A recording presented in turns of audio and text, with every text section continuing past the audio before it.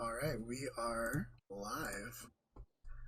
Welcome, everyone. Thank you so much for joining us for the inaugural episode of Nephilim. Nephilim is a setting that I've been creating for a while now. It uses the impulse drive powered by the Apocalypse system, which you'll get to know more as we go through this. We've run a few games in this system on this channel before, so if you were around for any of those, this might seem a little familiar to you. But Nephilim is basically a near future sort of a gritty sci-fi setting where we're not really dealing with aliens, we're not dealing with hyperdrives or faster than light travel or anything like that. Um, it's a story of a small group of scrappers, people who salvage pieces of ships, detritus, various floating things of value out here in space, and try to use it to eke out a living and keep the lights on in their ships. Um, yeah, little housekeeping before we start. Live from the Apocalypse. If you have not watched us before, we do stream tabletop role playing games, and our goal with these is to benefit a charitable cause, organization, or mutual aid fund um, during these games. So we do ask that if you're going to give us money, please don't subscribe even though you are able to. Please don't give us bits even though you are able to. We are affiliated. But we ask that instead of doing that, you donate to the causes, even if it's just $5 or however much the subscription or the bits would have cost you. We ask that you donate to the cause that we're trying to benefit. And in this case, the bot did just post the link. We are benefiting the Children's Miracle Network hospitals through the organization Extra Life. So the donate code is there. The bot will post it periodically throughout the session. If you want to call it up, you can. The command is in the stream title. You can just do !donate, and it will drop the link in for you. And if you do that, you get a nice little alert that pops up and yells at us in the middle of what we're doing. We do also have channel points. They are called drugs. I apologize for that, but we are what we are. And you can spend those. We do have one emote currently. It's very stupid. We may have more in the future, but we did set the channel point cost for unlocking that emote as low as possible. It only costs 80 drugs. And that ain't bad. Yeah, I think that's pretty much everything. So with that said, we will get right into our game for today. So we are out here in space. You, the audience, are with us. And so what we see is just the vast, empty blackness immediately. Immediately. I know. It's all good. We had barely started. Let me just move some stuff. It rearranged itself. It only did it a little bit. It just switched Jen and Dan, so it's an easy fix. Just gotta do a little quick adjusting here. That'll work. All right, cool. Everybody else is in the right spot. We will go ahead and jump into it. So space. It's a vast, empty blackness. Pinpoints of stars are visible in the far distance. And as we shift our perspective and you join us, we see a ring, an enormous ring of steel, metal, and other technological components, dotted with lights, dotted with windows, people moving around on the inside, though it's hard from as far away as we are to see any more details than that. Periodically, as we're looking at it, ships of various sizes and builds zip through the gate as at speeds that are hard for the human mind to even reconcile with. This is one of the rail gates, a interconnected network of rings that allow for quick travel out to the far reaches of our solar system.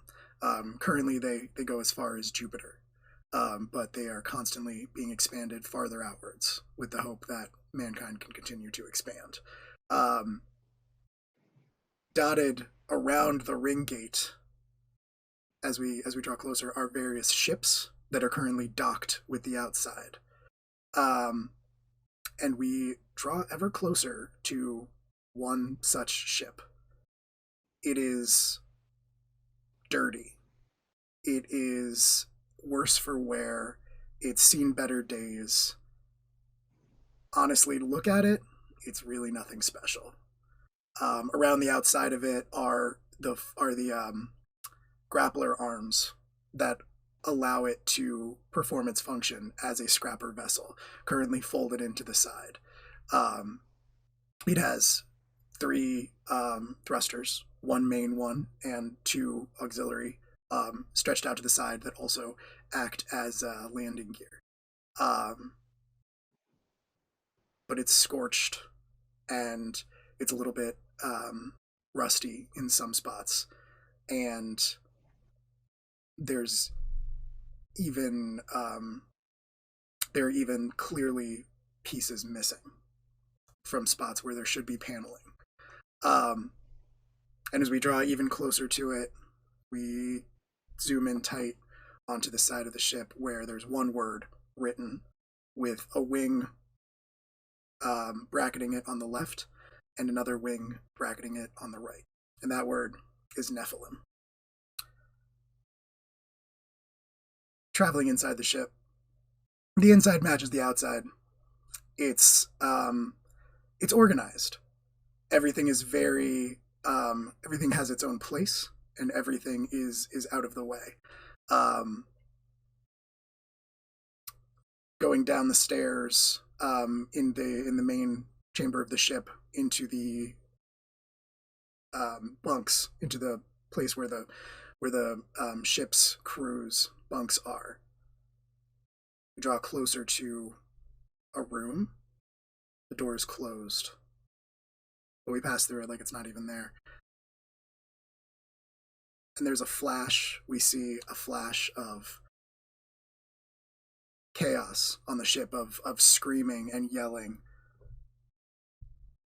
We see a flash of this bright moment of pain as it almost feels like we, from our vantage point, are struck in the head with the back of a rifle. We see a flash of smoke everywhere, and sort of feel ourselves coughing and hacking.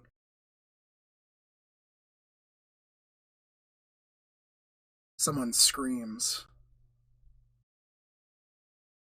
Another person says, "God damn it. What's wrong with this boy? Why won't he go down?" We see a woman, an older woman, tied to, bound with her hands behind her back, kneeling on the cold metal floor of a hold. See a flash of a figure in a gas mask standing over her with a gun pointed at her head. And then the last flash is just the sound of a gunshot. And the eyes of this resident in this room, the only person, snap open in his bunk. And we see Jaxper Sim for the first time. Della, could you describe Jaxper? Actor is young, looks to be about 19 years old, maybe early 20s. Got that kind of like peach fuzz beard of someone who knows what a beard is supposed to look like, but doesn't know how to make it look like that yet. Uh, the look in his eyes as he wakes up from this nightmare is furious. And he swings his legs over the side of the bed and like almost rises, like his hands just like white knuckling the edge of his crash couch, but he stays locked in place, just breathing heavily, trying to calm himself down out of this nightmare. What is Jaxper wearing? Does he have any I think equipment on him or anything like Jack that? is at this point, he's probably something functional, just a ship's uniform. Mhm, Um, uh, no jacket, probably short, just like a short sleeved t-shirt. mhm, And like the same kind of like canvas trousers mhm, that with lots of pockets on them, that you just wear aboard ship. mhm. Nothing special, nothing fancy. Absolutely. Um, Leaving Jaxper in his bunk behind, uh, we exit back out into the hallway. Um, the rooms of the crew sort of line either side of this. They're just unmarked doors. Though maybe various crew members have added some decoration to theirs, some sign that this is their space. Personalization like that is really important out here to remind yourself that this isn't just a ship; it's also your home. Um, Trudging down the hallway comes a man, an older man. Um, Matches the ship kind of in that they both are a little worse for wear, both a little showing their age these days. There's one door at the end of the hallway, the one closest to the stairs, that is it's the only one that has anything written on the door. It's the only one that has any text, and it was clear the ship came with this very clearly. It's kind of been stamped into the metal, and it's just the word captain. Um, this man sort of passes by that door. Would you like to describe Ellis, Dan? Sure. Ellis Maldonado is in his mid 50s. Uh, he has a little more of that minor style, close shaved beard around a pretty scarred and gristled face. He looks like somebody who's been used to hard labor before he was even old enough to do it. He's wearing clothing that matches Jaxper's, but probably with an extra 20 years of wear on it. His ship's uniform probably came from 3 or 4 berths before this one. Um, full of patches and Reese patch scars that are functional but not particularly pretty, much like himself. As Will said, he's older, but probably looks older than even he is. He's a little wrinkled, a little aged, a little weathered, leathery, and kind of beaten up by both life and his particular experiences. So, and especially recently, he looks like someone who's been trying not to show that maybe he's been crying, and definitely someone who hasn't slept in probably over a day and a half, um, and probably over caffeinated at that. So a little edgy, Mm-hmm. a little irritable, and choking back a lot at the moment. Yeah, it's very clear the atmosphere of the ship right now is there's one of grief and one of anger, and that's palpable. Um, Cutting back up the stairs and to the front of the ship where the cockpit is. Panels line the outside of this room under the viewports that lead out into space. Though right now all that can really be seen through them is just the outside of the ring that the ship is currently docked to. Um, there are 2 seats side by side up here, pilot and co-pilot, though only one is occupied um, by a very quiet figure, possibly even inscrutable. Tayo, would you like to describe Karis? Hello. Um, the most notable thing about Karis is that he almost always has his brow furrowed. He almost always looks a little concerned. Um, He is wearing like a fitted, like space flight suit, with that kind of like lights up a little bit, little like neon blue accents. He's got kind of a very well manicured scruff about him, and his hair kind of short and black. He Um, looks a little out of place, right? He's a little kempt. He's a little too kempt for this place. yes. He tries very much to keep well manicured. It Mhm, helps him keep sane in the nothing of space. mhm, But he's very quiet, looks concerned all the time, and likes to stay in the cockpit for the solitude. mhm. And drifting back out of the cockpit and towards the back of the ship, uh, back down into the second level, or first level depending, and back into the engine room, which is just full of machines and pipes, circuitry that would look completely inscrutable to most people. But the resident of this room, the only person standing in it currently, makes perfect sense to her. Um, she's standing at one of the terminals set into the wall.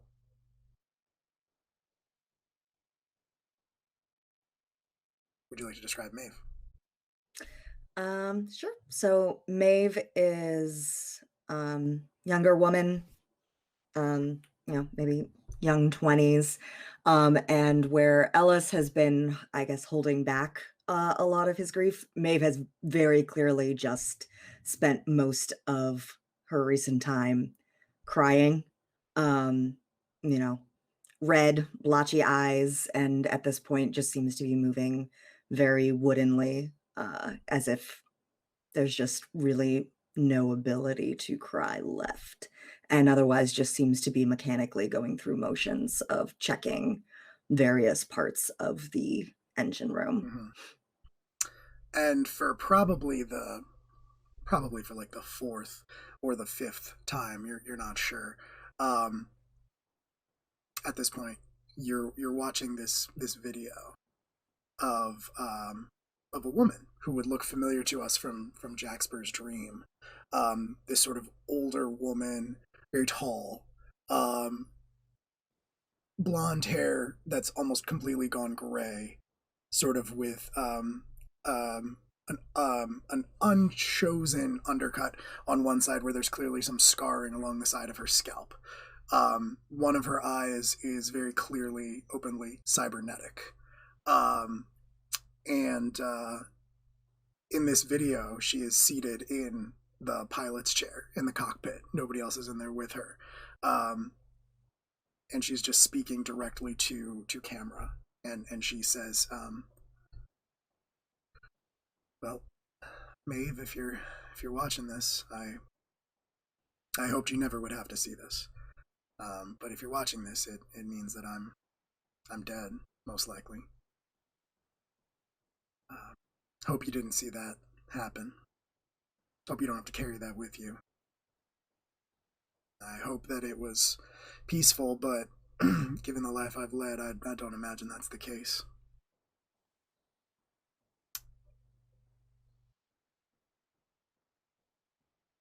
If it's just you and Ellis on the ship still, it's yours, of course, both of you.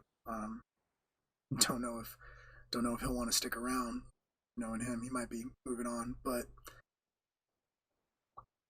you're the only other person who really understands her the way that I do.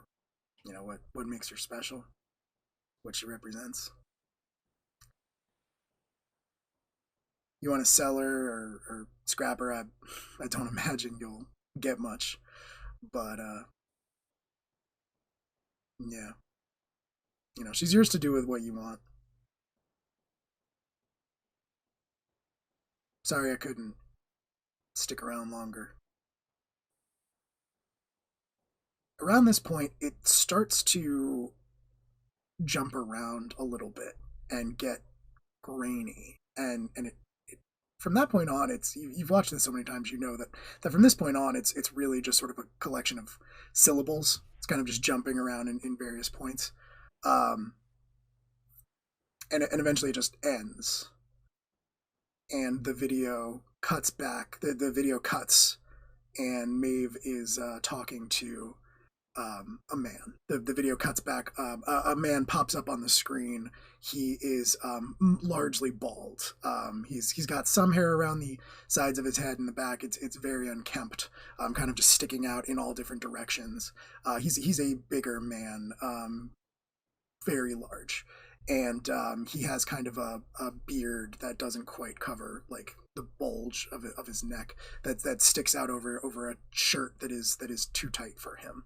You can see like there are suspenders over his shoulders, and his name, obviously, is Hugo Saltz.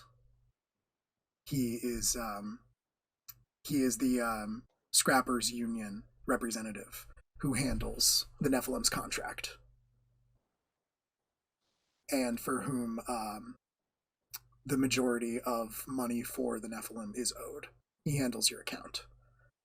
And as he pops back up on screen and he says, look, you've seen it, I've seen it. I don't know what to tell you, Maeve.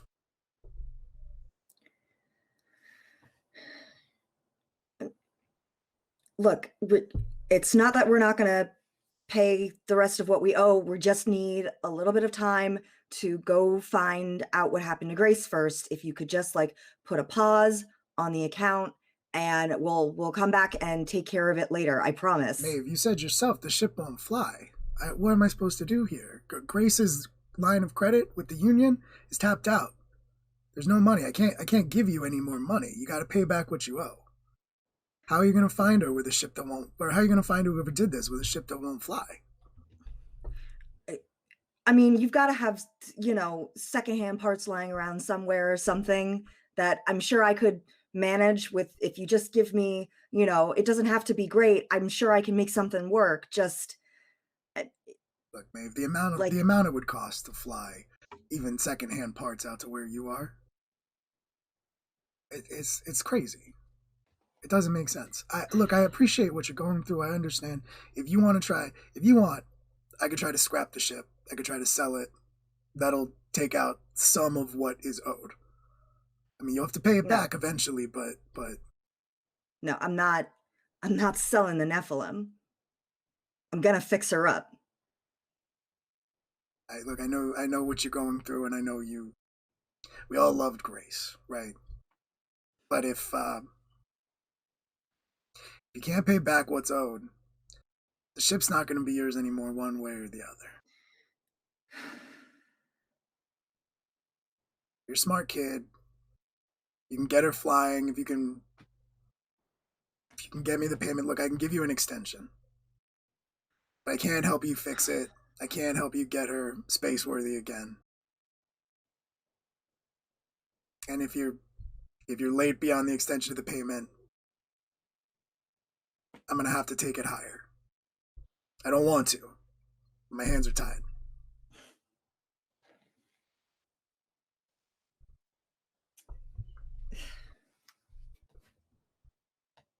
Yeah, fine.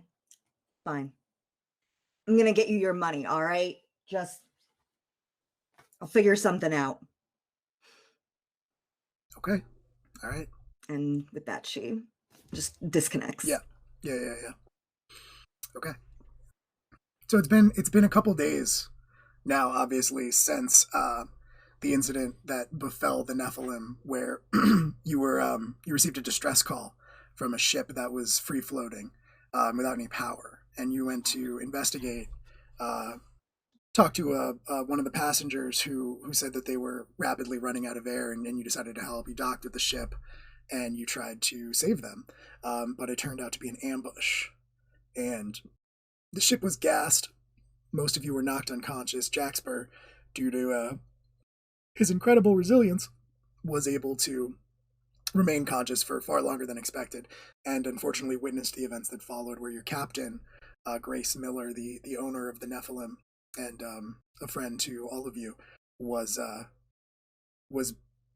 had a conversation with one of these individuals who mentioned to her that Michael had sent him, and that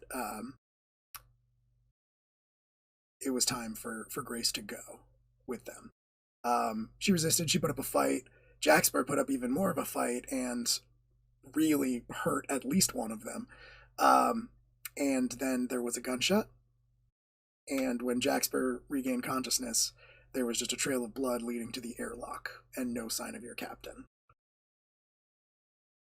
They did damage the Nephilim systems so that you lost power, and you were basically just left out here in space floating until finally you were able to get enough power to send out a distress message to the nearest ring, which you are currently on, and that ring gate is R-X07. One ring is much like the other, but they were able to send out a rescue crew to you and tow you back, and you've pretty much been on the ship ever since, trying to figure out, Maeve probably could, being the very talented and intelligent mechanic that you are, you probably could get the ship flying again, but you don't have parts, you don't have tools, you don't have anything like that at your disposal, and you've spoken with the foreman, and they have their own rules about this, but you haven't really, been able to go back to that well. You haven't really had the chance. Now you've gotten off the phone with your ship's benefactor in the Scrappers Union. What's Maeve doing now? I think she's going to find Ellis. All right. To try and figure out where they go from here as the other main owner of the Nephilim. Mm-hmm. You go looking for Ellis. You leave the engine room and you pass through the hallway where the bunks are, go up the stairs into basically into the galley, which is mostly just like there's a long counter on one side, cabinets that are magnetically secured for when you're in space travel, mostly contain like dehydrated food and potable water and things like that, just the basics that you need to survive long journeys out here in space. Nothing too fancy. And then a big solid table bolted to the floor in the middle of the galley, where I imagine you find Ellis seated. Hey, I just talked to Hugo. No go. Best he said he'd do for us is a bit of an extension, but we're gonna have to figure out our own way to get the Nephilim up and flying again. Yeah, I figured he wasn't going to run us any more credit, but thought we might be able to at least get some parts off him. All right, what do you need? I mean, kind of a lot, honestly. Like, they really did a number on us. We're pretty much stranded as it is. Yeah, it doesn't help that we're broke too. Ain't got any money left over for practically food at this point. I mean, I hate to do it. I could see if my parents could float us a little bit of credit, but I don't know that they're gonna even have enough to cover what we need all the way out here. Well, if they can't give us credit, it's hard enough with the money to find something out here. If we were closer and could get to them, I'm sure we could scrap something, but it's getting we can't stuff fly from like them this, to right? us where we are here. Mars is not exactly a short jump away. No. All right. Well, we could try and open another line of credit with somebody, but again, the problem is it's not just credit, it's transportation. Is there any way you can limp us a couple gates over? I know we're not going to be able to fly on our own power, but I'm not sure how the rail works.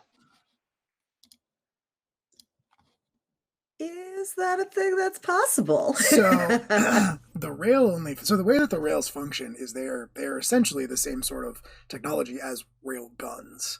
You're basically being magnetically propulsed through space to the next gate, and the only way that is even possible, because a human, there's no way a human being could pilot that, is that the gates link with your ship and basically autopilot you safely through them. Avoiding Gotcha. obstacles, shutting you down if you're like on a collision course with something, moving you out of the way, that kind of thing. So like, not only would you probably not be able to propel yourself through space, you would also lack the guidance that makes this not suicide.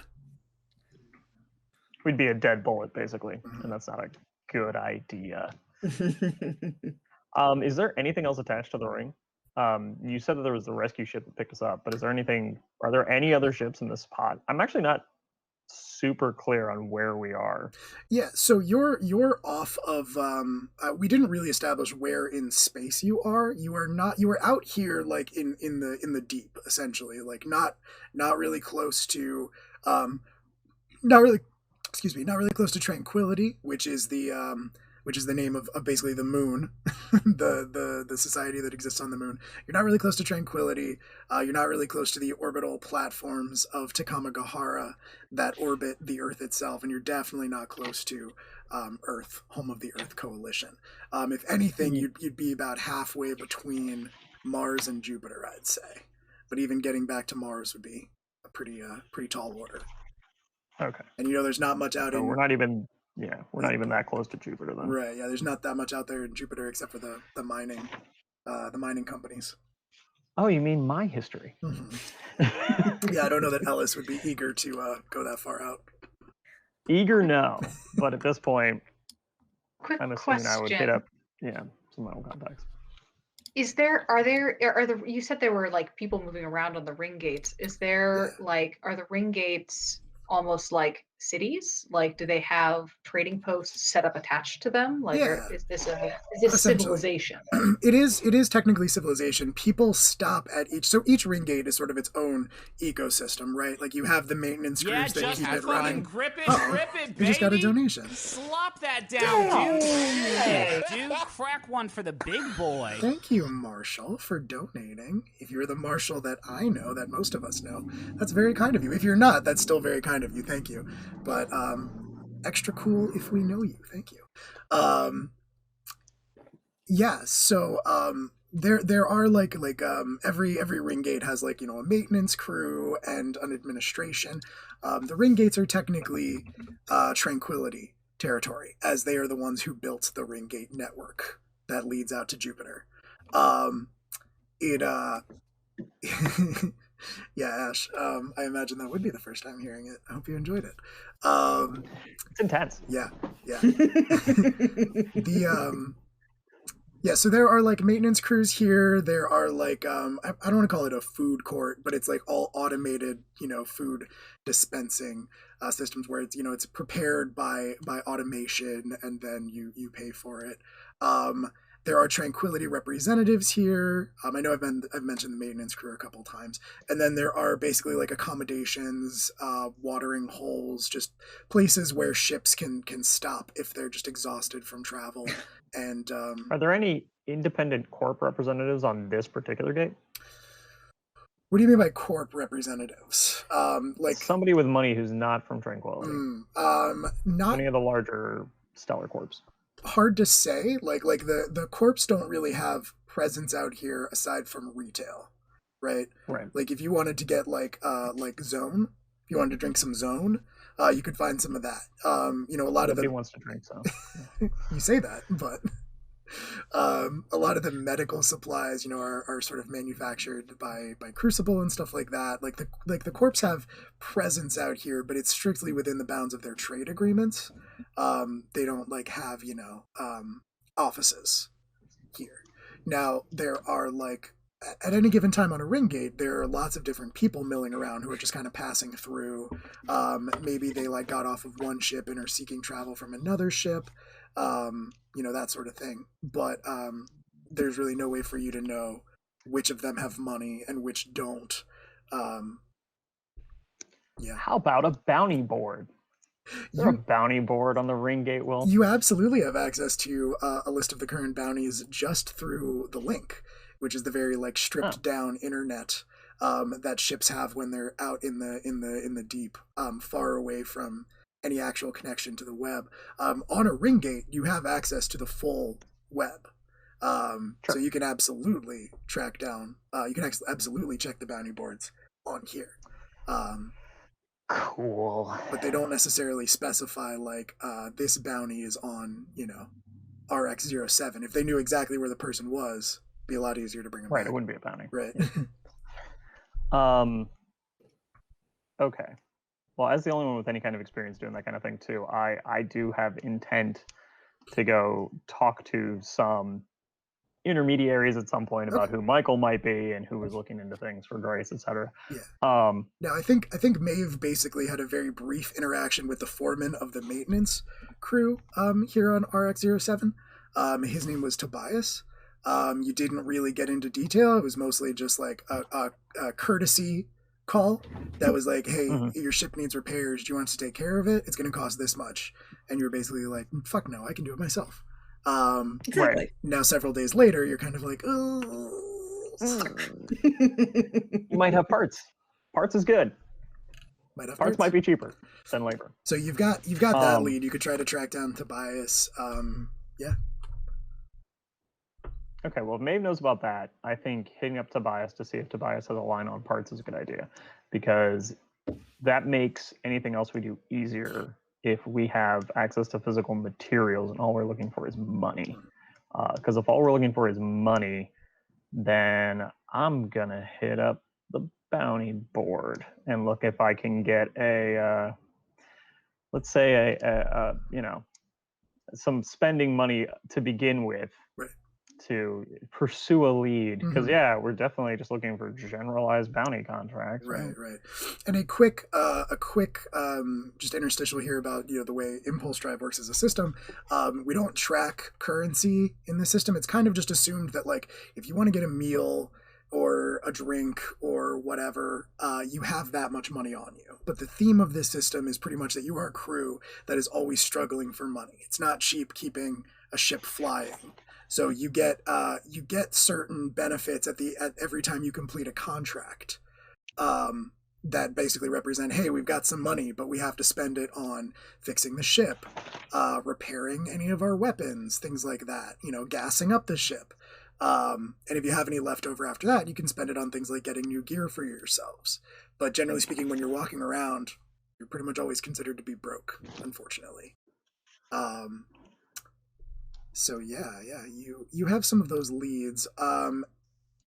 Ellis, are you thinking you're gonna approach this solo, or are you gonna try to bring Jaxper or Karis? So far, this conversation has mostly just been you and Maeve having this conversation.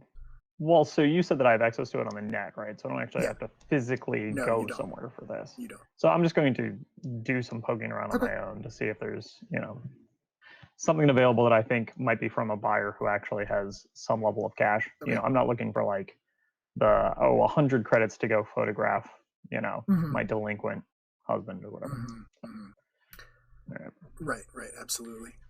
Okay, cool. So I'm gonna make a hound move, and I'm gonna go a bounty hunting. I was gonna say, I know you have a think for that.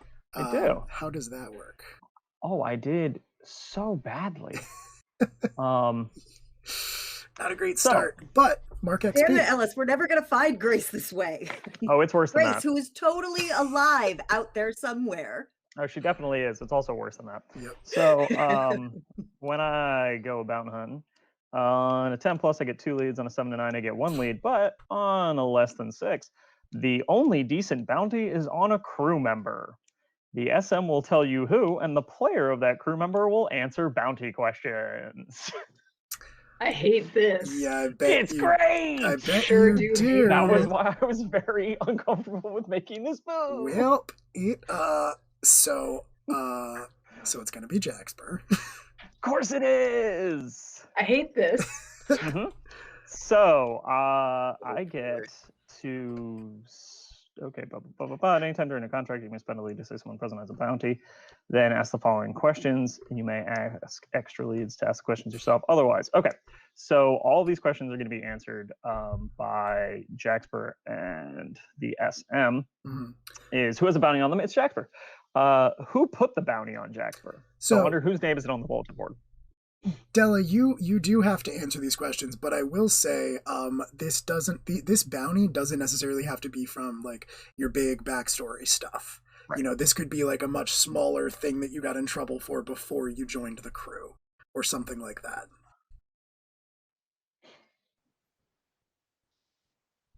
Okay. I think the bounty is from a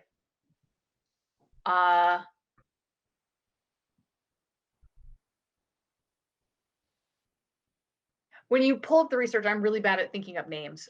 So when you pull up the research, the background on this, it's from what seems like a nightclub owner in Tranquility, who is seeking damages.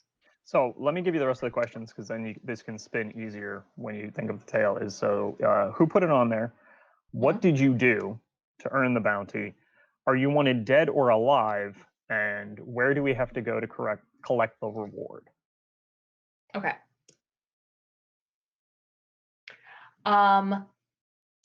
What I did was my job. What I did was my job. Just a little, maybe more thoroughly than he would have liked. I did a whole bunch of property damage, throwing someone out of his nightclub who was much bigger than I thought they were, much more augmented than I thought they were initially, and so did not put them down fast enough. They caused a bunch of damage. Nightclub owner blamed me. I skipped town. So you were an overly enthusiastic security guard. I was an overly enthusiastic security guard. And so they're looking for me. They probably are looking for the name Jaxper Sim. And they would like me alive because they want me to pay back their damages.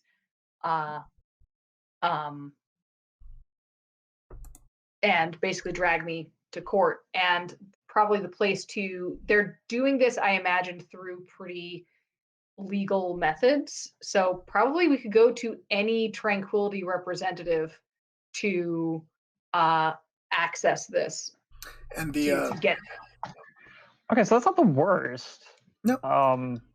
Because we might be able to, or Alice might be able to, con them into paying for transit back to Luna. And then, Tranquility, excuse me, Tranquility. And then, oh no, Jaxper got away. Yeah, you're going to have to sell Jaxper on this one pretty hard. Yeah. But also, hey, right now we're stuck halfway between Mars and Jupiter, so and you know what? I'll just attach it. If you had killed more of those guys, maybe we wouldn't have to pretend to sell you to moon nightclubs. I'm just saying. If only you'd murdered those men. I'll just attach a name to this to make it easy on you, and we'll say that the nightclub's owner name is Logan Juarez. All right. But yes. Can you spell Juarez? How would you like that? Juarez.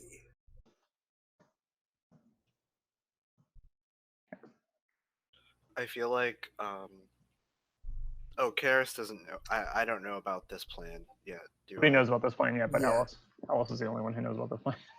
Yeah, I'm still being sad in my cabin, which is all I want to do. It's all I want to do. I just want to be sad in my cabin. And so, in the meantime, Alice did suggest to Maeve that Maeve contact the Fix-It crew to see how much parts would cost if we were to buy just the straight parts from them. Yes. Are you calling him up, Maeve? Are you hailing him from the ship? Yep.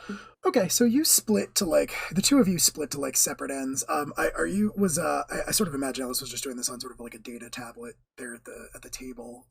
Maeve, if you want to call, you are connected to the net, so you do have this guy's contact information from the brief time that you spoke.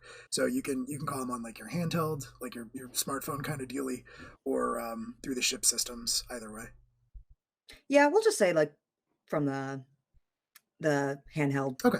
All right. smartphone-esque Right. tech. Right.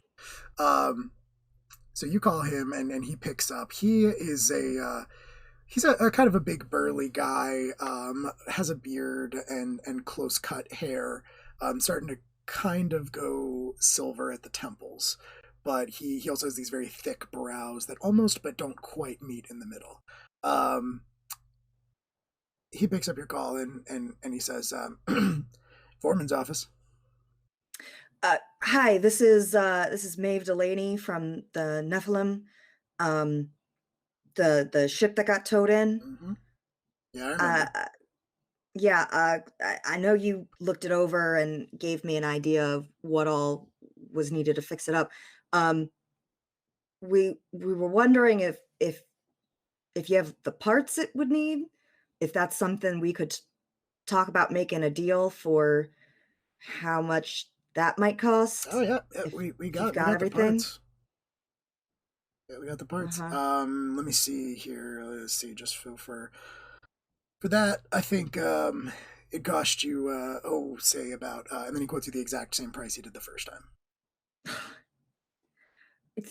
Look, buddy, we're not looking for labor. We just need the parts. Like, can't you be a little more reasonable with what you're quoting us?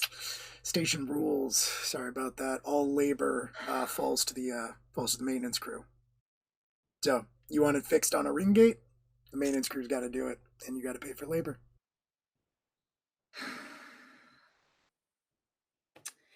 And what if we're just looking for transportation to go out and get the parts ourselves? A lot of ships here. Might be able to book passage on one of them, but don't imagine it's going to be free. Yeah, I imagine not. All right, well, thanks, I guess. Standard clause does dictate that after 30 days of dereliction, your ship belongs to us, just so you know. All right, great. Thanks for the notice. All right, you have a great day. And she's gonna hang up. All right, cool. She'll go back to Ellis and be like, all right, not to put too fine a point on it, but I don't think we're gonna be able to make a deal here, and we've only got 30 days to fix this problem, or we lose the Nephilim. So that's dereliction. So if you all travel off of the gate and you don't come back in 30 days, your ship belongs to them. But if somebody is on the ship, you're fine. Yeah. Okay. Yeah. All right. I assume that there's eventually fees for us hanging around on the gate, though. Yeah. I mean, I think you are being charged now. Right. It's not a huge amount. Like in the grand scheme of the bill that you're looking at, it's not a huge amount, but you are being charged. Okay, so then my next thought too would be, okay, so this is an interesting question. What's the mechanical size of the parts that we need? I actually don't think they are enormous. I think it's a lot of smaller stuff, because what they basically did was they came onto your ship and they just blasted, like they just basically shot some stuff in the engine room. That was my thought. We're not trying to like replace a transmission. We're Right. trying to like replace fuses and spark plugs and that level of material, right? Yeah. It's just that this ship has a lot of fuses and spark plugs, obviously. Right. But it's not, again, Ellis is not a mechanic, but he is generally familiar with mechanical things, more so than maybe anyone but Maeve. So it's not impossible for an enterprising young man to maybe find his way into the repair bay and maybe procure some items that then Maeve could possibly use to repair the vessel. It's possible, as long as they know what they're looking for. Someone with maybe some black market experience go and find the black market. Maybe someone who's an expert at disappearing and maybe some sort of tech expert. So yes, that is family meeting, right? Just as long as Ellis doesn't cook. That I is don't think I'm the allowed to ever again. It was like Grace's last wish. Yeah. I don't know that I'm allowed to go near a pot. I mean, last wish for now because she's alive. I think Yeah, I Yeah, think we're she's, definitely gonna find she's it. Oh at least yeah. we're gonna Yeah. get her back, guys. It's Yep. totally fine. Yep. you've all been eating Jaxper's cooking, which is basically just like mac and cheese and fried chicken, like all the Yeah. time. Right. Yeah, but it's all fine. Yeah, but it's all Like, none of fine. it- It's like yeah. it's I feel like when Ellis cooks, like his chili kind of moves on its own. Mhm. Listen, he It also bubbled makes barbecue in a way that it's not using. supposed I to don't bubble. know how you get Yeah. it this gelatinous, man. There's no reason. Yeah, There's no reason. he also does make barbecue definitely using like the plasma conduit Mhm. to like smoke. Oh, Yeah, the pork. Right. When you're So when it's got you're like a nice ozone texture to it. when Yeah. you're able to Yum. get Maeve like yells at him every time because she's like, every time you do that, it stinks up the whole engine room for days. And then Listen. I'm just left smelling whatever it is you did to the plasma. Just stop it. The Stop barbecue it. sauce is good for the exchangers. I'm just saying. They need the I extra carbs. really don't think that's true, man. Won't you really argue with don't me? think You don't know that's shit. But back to the black market dealing we're supposed to be talking right. So are you calling Yeah. a family meeting? Yes. Alice is calling a family meeting. All right. If Maeve tells him that that's the deal, then yeah, everybody needs to get together. Okay. All right. Yeah, I imagine you sort of just put out the all call, and Karis, you get the alert in the cockpit, and Jaxper, you would get the comm beep in your bunk, and they would basically tell you to meet up in the galley. You all sort of gather around that table and decide to suss out your next options.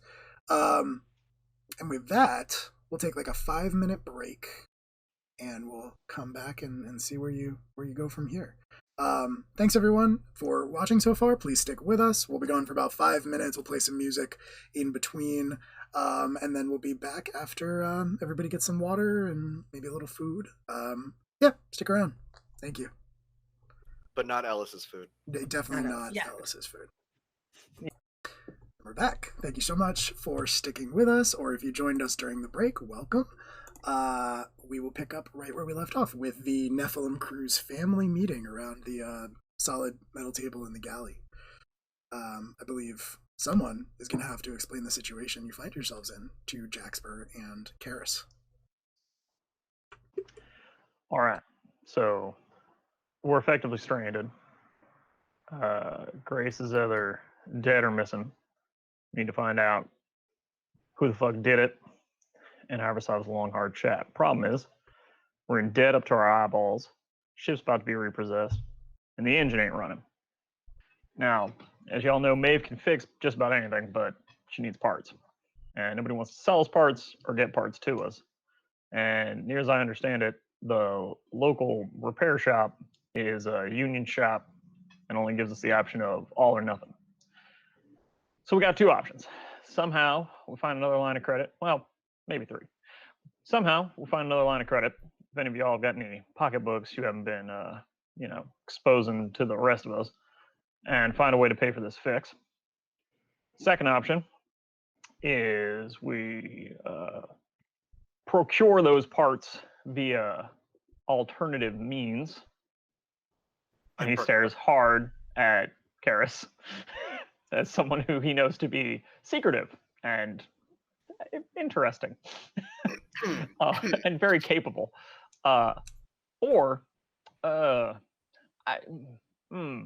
have a third line on an option. Jaxper, do you remember a man by the name of Logan Juarez? He's a nightclub owner from Tranquility. Yeah, I remember Logan. What yes, about you him?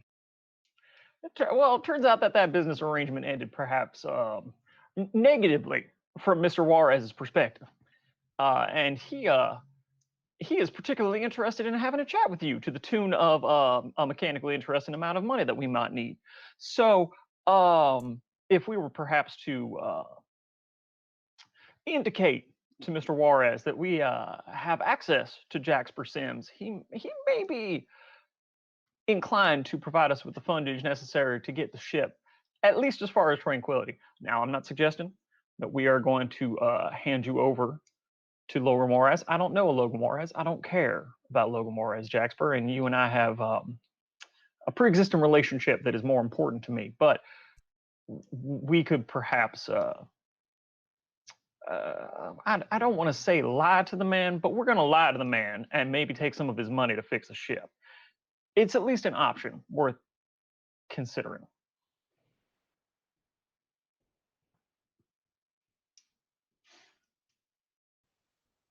It sounds like you really fucked up that bar, Jaxper. I'm just throwing it out there. Most of it was not my fault. I really want to make that completely clear. It's a 6-digit number, Jaxper. That sounds like I know a bar that's worth 6 digits. I'm having a hard time believing you, Jaxper. I'm not the one who had a goddamn cannon in his arm. The other guy had a goddamn cannon in his arm. I suggested gently that the man would like to vacate the premises, and he said, no. I said, I'm going to remove you. And he said, I'm going to shoot up the bar. And I said, I wish you wouldn't. It sounds like you said you wish you wouldn't with a chair, and then with what's this? I don't recognize what Dom Perignon is, but I assume that's an expensive item of some kind. It was what was there. What? Where did the fire come from, Jaxper? The cannon in his arm. So, well, okay. As family meeting is going about as well as it ever does on the ship, you actually hear a ding, like a beep, and it would take you a second to place what it is, but you would actually realize that somebody from the from inside our X-07 is at your airlock door, kind of hailing you, kind of basically ringing the doorbell. Was somebody expecting company? The way the conversation left with that doorman, I would not expect so. Yeah, Alice is like a gonna pull a sidearm. Yeah, when you get down to the airlock door, you can absolutely sort of activate the system. There's a camera on the other side, camera on this side. Yours can be on if you want, but you can also just view one way to see who is currently out there ringing your doorbell. Yeah, Karis gets up and activates the one-way screen. Are you all trooping down to your airlock, essentially? Okay. Yes. Yeah. Armed. Yeah. Yes. Okay. Armed how? Because pistol. Okay. Alice has a revolver. Okay. All right. Yeah. A space revolver. Sure. It is a space revolver. It is a space revolver. It's a highly advanced revolver. Yeah. You are able to you can go down there. You know that like if you get caught with that, like off of your ship, it could be bad. But if you're just going down there with a weapon in hand, hoping not to use it, that's fine. You just know if it's like just the welcome wagon. That's all it is. Don't worry. That's what you call your pistol? Sure. Okay. Yep. Is now. Oh, I love that. Yep. I mean, it's a wheel gun. Fuck yeah. Yeah. All right, cool. So you head down there and you activate Karis. You called it first, so you activate the viewport. And what you see on the other side, it's kind of like fish-eyed because of the nature of the camera. But you see a man on the other side. He is pretty well dressed and pretty well manicured. Like he's wearing a suit that's like a cut. The suit is cut in such a way that kind of looks stupid to you, but you also might recognize that that's a recent fashion choice that's become pretty popular among wealthy elite folks. It is his suit is purple, and his hair is it has a very expensive looking haircut to it, and his facial hair, his beard is even more manicured than Karis's is. It's like that uniform, like half-inch out from the face in literally every spot.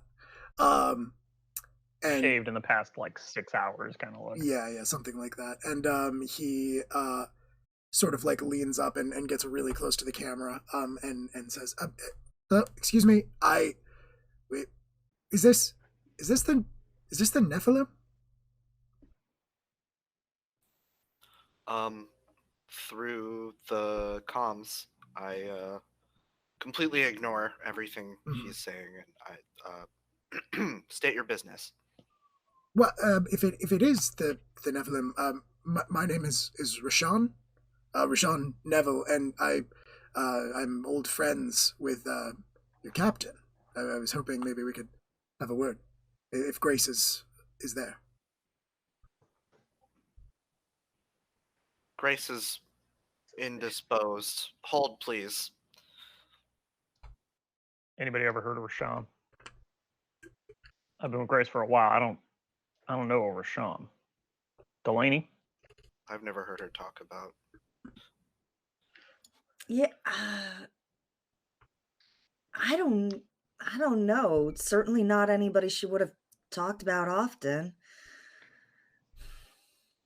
Is there Well, let's say a he's got money, so is there a put a face to a name mechanic in this system? In Um, this setting? there is not.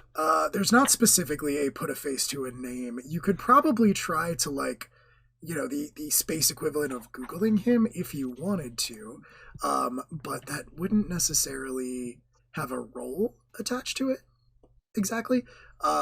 Possibly that would be like a mechanical expression of scope it out. You would be taking time or using equipment to closely study an object, situation, or person. So that would take a little time to look him up if you wanted to, but yeah, the problem is that he's right here and he's kind of like standing outside twiddling his thumbs. Could I hack into the Ring's network and see what they know about this Rashawn?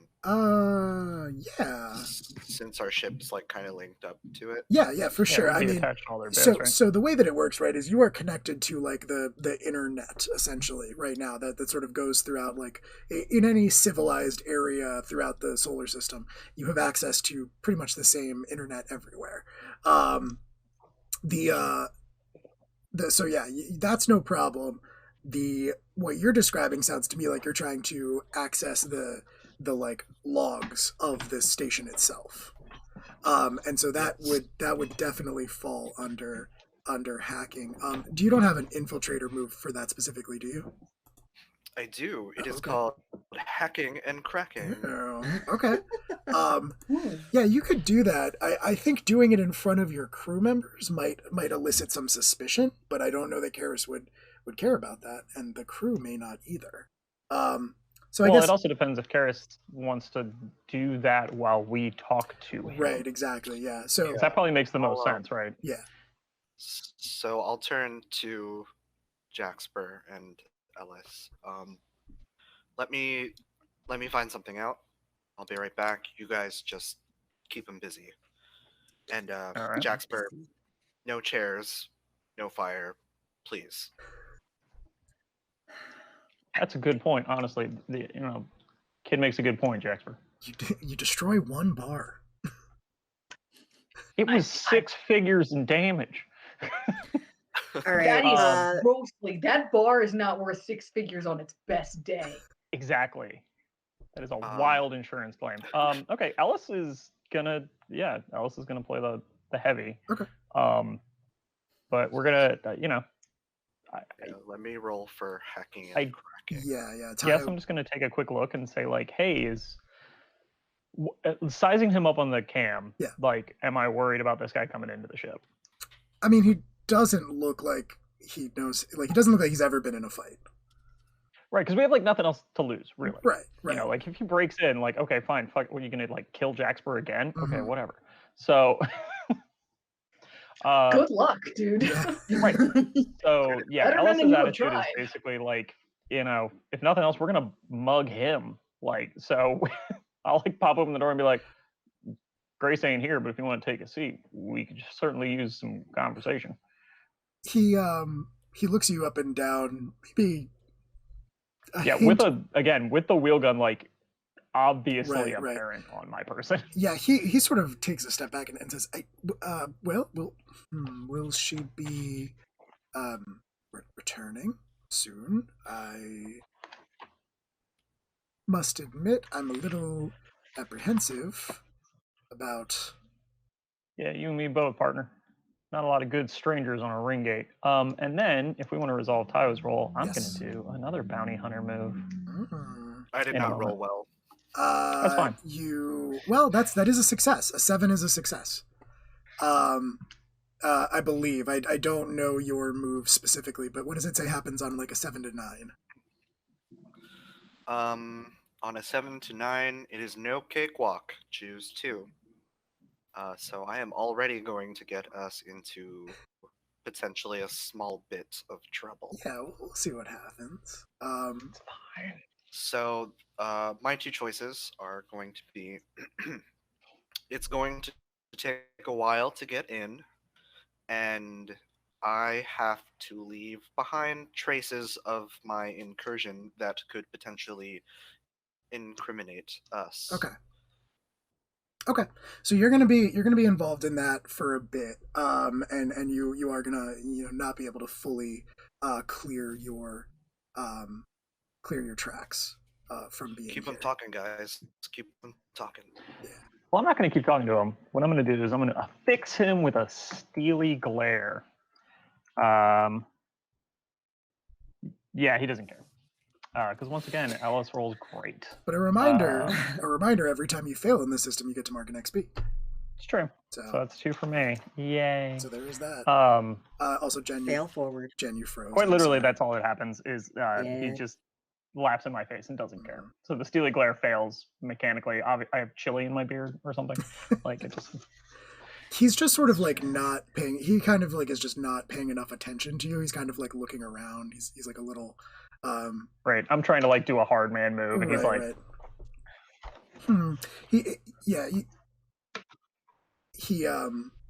Well, I suppose. Like you are part of Grace's crew. Yeah. How do you know Grace, man? We worked together a long time ago. Must have been more than 10 years now, I think. But it's been some time. You know since we've had Michael? contact. Just going Jackford? straight for it. What? Michael. Nope, never mind. Michael, who? It's a very common name. Just what are you looking for about that. Grace for?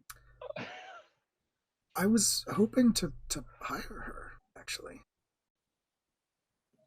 To do Well, what? we are looking for a job. Perhaps I could come in and we could talk. Sure. As you have little to fear from me, as you can see, and he points, sort of gestures to your gun, and says that you have you hold all the high cards. Yeah, hot cards is definitely where we put ourselves. Sure, let's come in and have a chat about jobs. Sure. So he steps in, and the door closes. Karis, I imagine, you sort of have just like your data pad in your room. You're just kind of hacking away, doing your best to retrieve the information. Hack the planet. Yeah, hack the planet. Rashawn comes into the ship. He sort of like looks around, kind of like, he doesn't want to touch anything. Follows you. I assume you're taking him to the galley. Yeah. And you're sort of standing there, and he's at the head of the table. Looks a little nervous with like what I imagine is Jaxper kind of staring him down. Ellis kind of, being threatening, but more subtle about it. And Maeve, who I imagine is not entirely friendly. I figure one of the two of us, Jaxper or I, refuses to sit out of a combination of anxiety and threateningness. It's Jaxper, but it doesn't look like. I feel like Jaxper is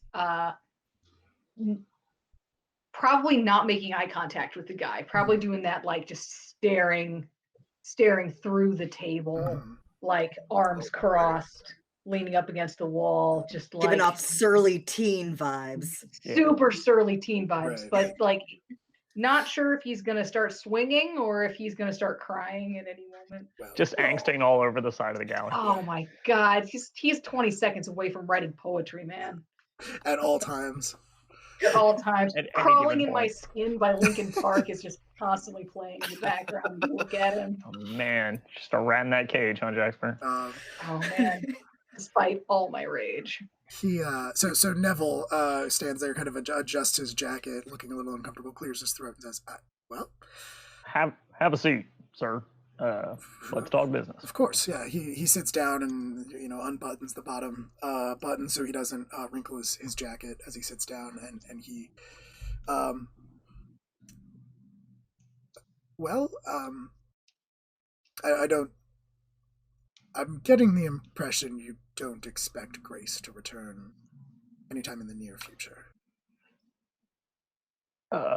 Yeah, she is well indisposed, is perhaps how we might refer. I see. Well, you strike me as a capable bunch, and perhaps you can assist me regardless. I'll be completely transparent with you. I'm um I'm a wanted man. And I am seeking to disappear. All right. I possess significant connections to an organization back on Earth, a former organization that has since dissolved. Would Alice be familiar with any recent moves by syndicates on Earth? I guess I'm pretty far out of that life. You are pretty far out of that life, and also, like, stuff like that happens on Earth all the time. It's Yeah, hard to that's keep fair. up with. Karis might. It's Maybe. It's possible if you knew what to look for. It's possible you might be able to track down some information, but for the most part, it's safe to assume that, like, the impression that you're getting from this is that he was pretty high up in a gang. You don't know what size or scale it was, and it has since ceased to exist for one reason or another. Yeah, I think I would be like the impression I would give as well too is like, oh, the triads, or like throw out a general name. No, nothing so significant as that. Grace has some shady friends. I'm one of them. Grace was kind of shady. So just to get straight to the point, I would like to go to Mars. I would like to disappear onto Mars, and I know that popular option. Well, yes, for good reason. And I know Grace would have the capability of making something like that happen. I'm hoping you may also. Well, we would. Well, Neville, I got two questions. The first is whether you have anything liquid asset on you, because currently our ship's in a bit of a holding pattern. The second is that you just played a hell of a hand of cards, bud. You just told us that there's a fairly decent bounty on you. So I think the next step for you ought to be justify why we're not selling you to somebody else. Sounds like you want to be the high bidder, and frankly, we don't even know what the starting bid is. Of course. Alice, it's one of Grace's friends. What are you doing? I don't give a fuck who it is. He just told me somebody was willing to pay money for him, and that's a hell of a lot easier than going to Mars. Well, and he knows it, which means he's prepared for this. This doesn't look like a dumb man. Aside from the goodwill that I was hoping to rely upon as an old friend of Grace's, your captain, I must admit I never imagined any associates of hers would prefer dealing with authorities. It's an authority that wants you? Directly. No, we don't like that, not much at all. I figured you were on the run from some kind of illicit underground gang type situation. Well, that is one complication. I would require protection. I believe a rival organization of my own has tracked me here and has dispatched agents to, well, remove me as a concern. To the gate? And send a message. Yes, I've been here for some time. And I believe they recently found me. To be completely honest. All right. Well, the first question still stands, and that's reasonable. Is that we're in need of some assets in order to get it moving. I had heard of your plight, and I believe I can make you an offer. I would be more than happy to pay for repairs to your ship and enough fuel for us to reach Mars. And upon delivery safely to Mars, pay you the rest of the contract. And he names a pretty significant sum of money. All right. I guess my next question would be, given none of us know you, and Grace isn't exactly here right now to vet you, do you have any means at all of establishing that you are in fact, I suppose in a way, who you say you are? I don't really care about your name. I mean more from the perspective of old acquaintance of Grace. Can't say I've known her terribly long, but it's at least been a few years, and you ain't exactly come up. What would I know her name or recognize her ship? We're not a Well, prior I mean, those associate? two things are fairly obvious. That's on the transponder codes. I mean, you could have looked that up down at Port Authority. What I mean is, I'm looking for some indication that you are, in fact, a friend of Grace's, or in fact, someone who, she would have trusted with some level of information or a personal anecdote, or I don't know, man. Do you know where fucking shoe size was? Come on. I see. If Karis chimes in, will Neville hear? So, well, I think Karis is removed from the scene at the moment because you were doing the hacking thing. And I don't imagine you, because one of the downsides of that was that it was going to take you a little while. So I imagine Karis is not there currently. You're probably doing this like in your bunk or something like that, where you're less likely to draw attention to yourself from the rest of the crew. More importantly than are you a friend of Grace is, can you pay for this? Like, that's a fair point too. We don't know you from Adam. Like, friend of Grace's would be great. Like, that would be really important to know. Would give you some credit, but like, can you pay? Also, from our experience, a lot of friends of Grace's are about as broke as we are, so that is unusual. Frankly, guys, as long as he pays up front for the cost of fixing the ship, we're going to be better off than we are right now. That's a fair point, Maeve. It's a fair point.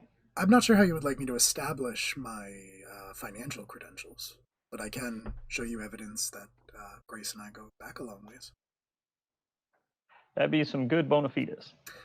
So he pulls out his phone, basically, and he activates, the projector mode of it, and he sort of swipes up and sends an image that is broadcast out of the projector at the top of the phone. It is a two-dimensional image, clearly an old photograph of some kind that was taken of him leaving a. It looks like a nightclub, actually. Not the same one that Jaxper trashed, but you can't really tell whether it's on Takamagahara or Earth or what have you.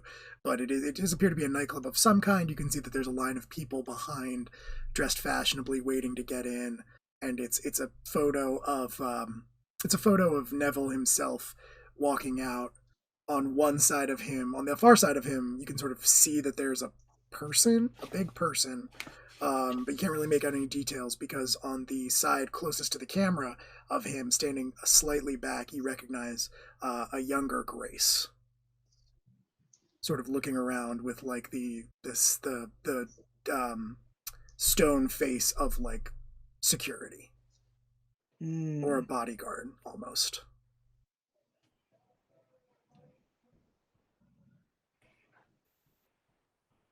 All right. I mean, that ain't bad. As far as establishing whether or not you can pay for these things, I think the simpler way to do that is to pay for those things. I'm happy to do so. I don't know. Well, we're gonna have to, get full unanimous consent on this contract, but I don't see any reason why we wouldn't want to go to Mars at this point.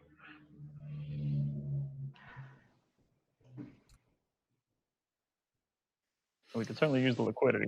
So you wait there. and I'm going to check in with the remaining member of the crew.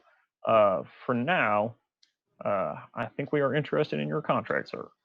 He nods and looks around the galley and says, I think I can motivate myself to stay here.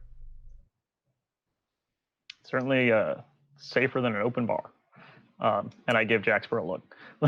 like it better be. Bolted to Don't the shake your head floor. at me. Don't One shake your fucking piece. head at me. You know what you've Bolted done. to the floor. Mm-hmm. Bolted. Yep. Mr. Neville, can I get you a drink? I guess, since you're staying? He like opens his mouth to say something and says, I'm fine, thank you. And I'm gonna go check in with Karis to see how that's going. Okay. Mostly, actually, to go get Karis's kind of input and consent Right, on this. right, I'm not right. aware that Karis is. Yeah. So you head down to Karis's bunk, and I imagine, Karis, you are sort of wrapping up your hackery when this takes place. It did not go as smoothly as you would have liked. You're a little rusty at this kind of thing, not having had to do it for a while, but you were able to hack into the system. Is there a list of questions for hacking that you get to ask, or does it basically just say you do the thing that you wanted to do? There is not a list of questions. Okay, that's cool. The description. Oh, okay. Actually, yeah, the description would be super helpful. Oh, when I attempt to hack or otherwise compromise a lock or security system. Actually, it doesn't give me like a list of questions. I think that's fine. I think basically what you're able to discern from this is that like his story basically checks out. Like there is a record of someone by this name who arrived and was logged as a visitor to the station about 3 weeks ago. And like, you know, there's really not a lot of other information about it in the log. It basically just says like, yeah, this guy was checked in. Were you looking for anything more specific, or just trying to confirm that he is who he says he is, and that he's been here as long as he says he is? Yeah, just that he is who he says he is. Okay. Yeah. Like any like I don't know, customs data or something. Sure. Yeah, it says that he came in on basically a transport ship that was passing through. And his reason for visiting was listed as just securing passage. But that was 3 weeks ago. Okay. Yep.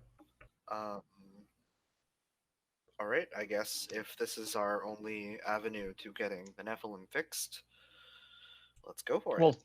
So I walk in. Do you share that with Ellis that like you looked into him? Yeah, there's like a knock at your door and it slides open and Ellis is standing there. All right, Karis, you find anything out? There's not much on there about this guy. Apparently he came through on a transport, just for secure passage. There's he's kind of a nobody. Yeah, we're not getting too much out of him either, although I don't know if that's fabrication or just lack of interest. He does seem to know Grace and claims he can fix the ship, and at least he's going to get us as far as Mars, which seems beneficial to our cause. So, I don't know. I at least got my vote to take it. I don't know where you're feeling this contract, but we're kind of running low on options.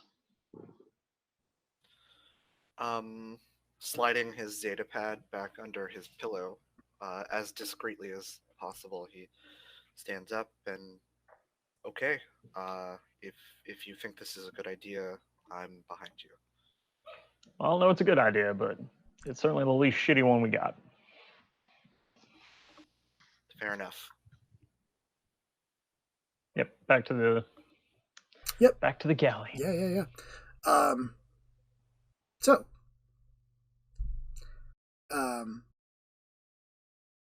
He like I think there's a moment where, you know, he's alone and with Maeve and Jaxper, who's like very, been staring at the table the whole time. You become aware that he's like staring at you.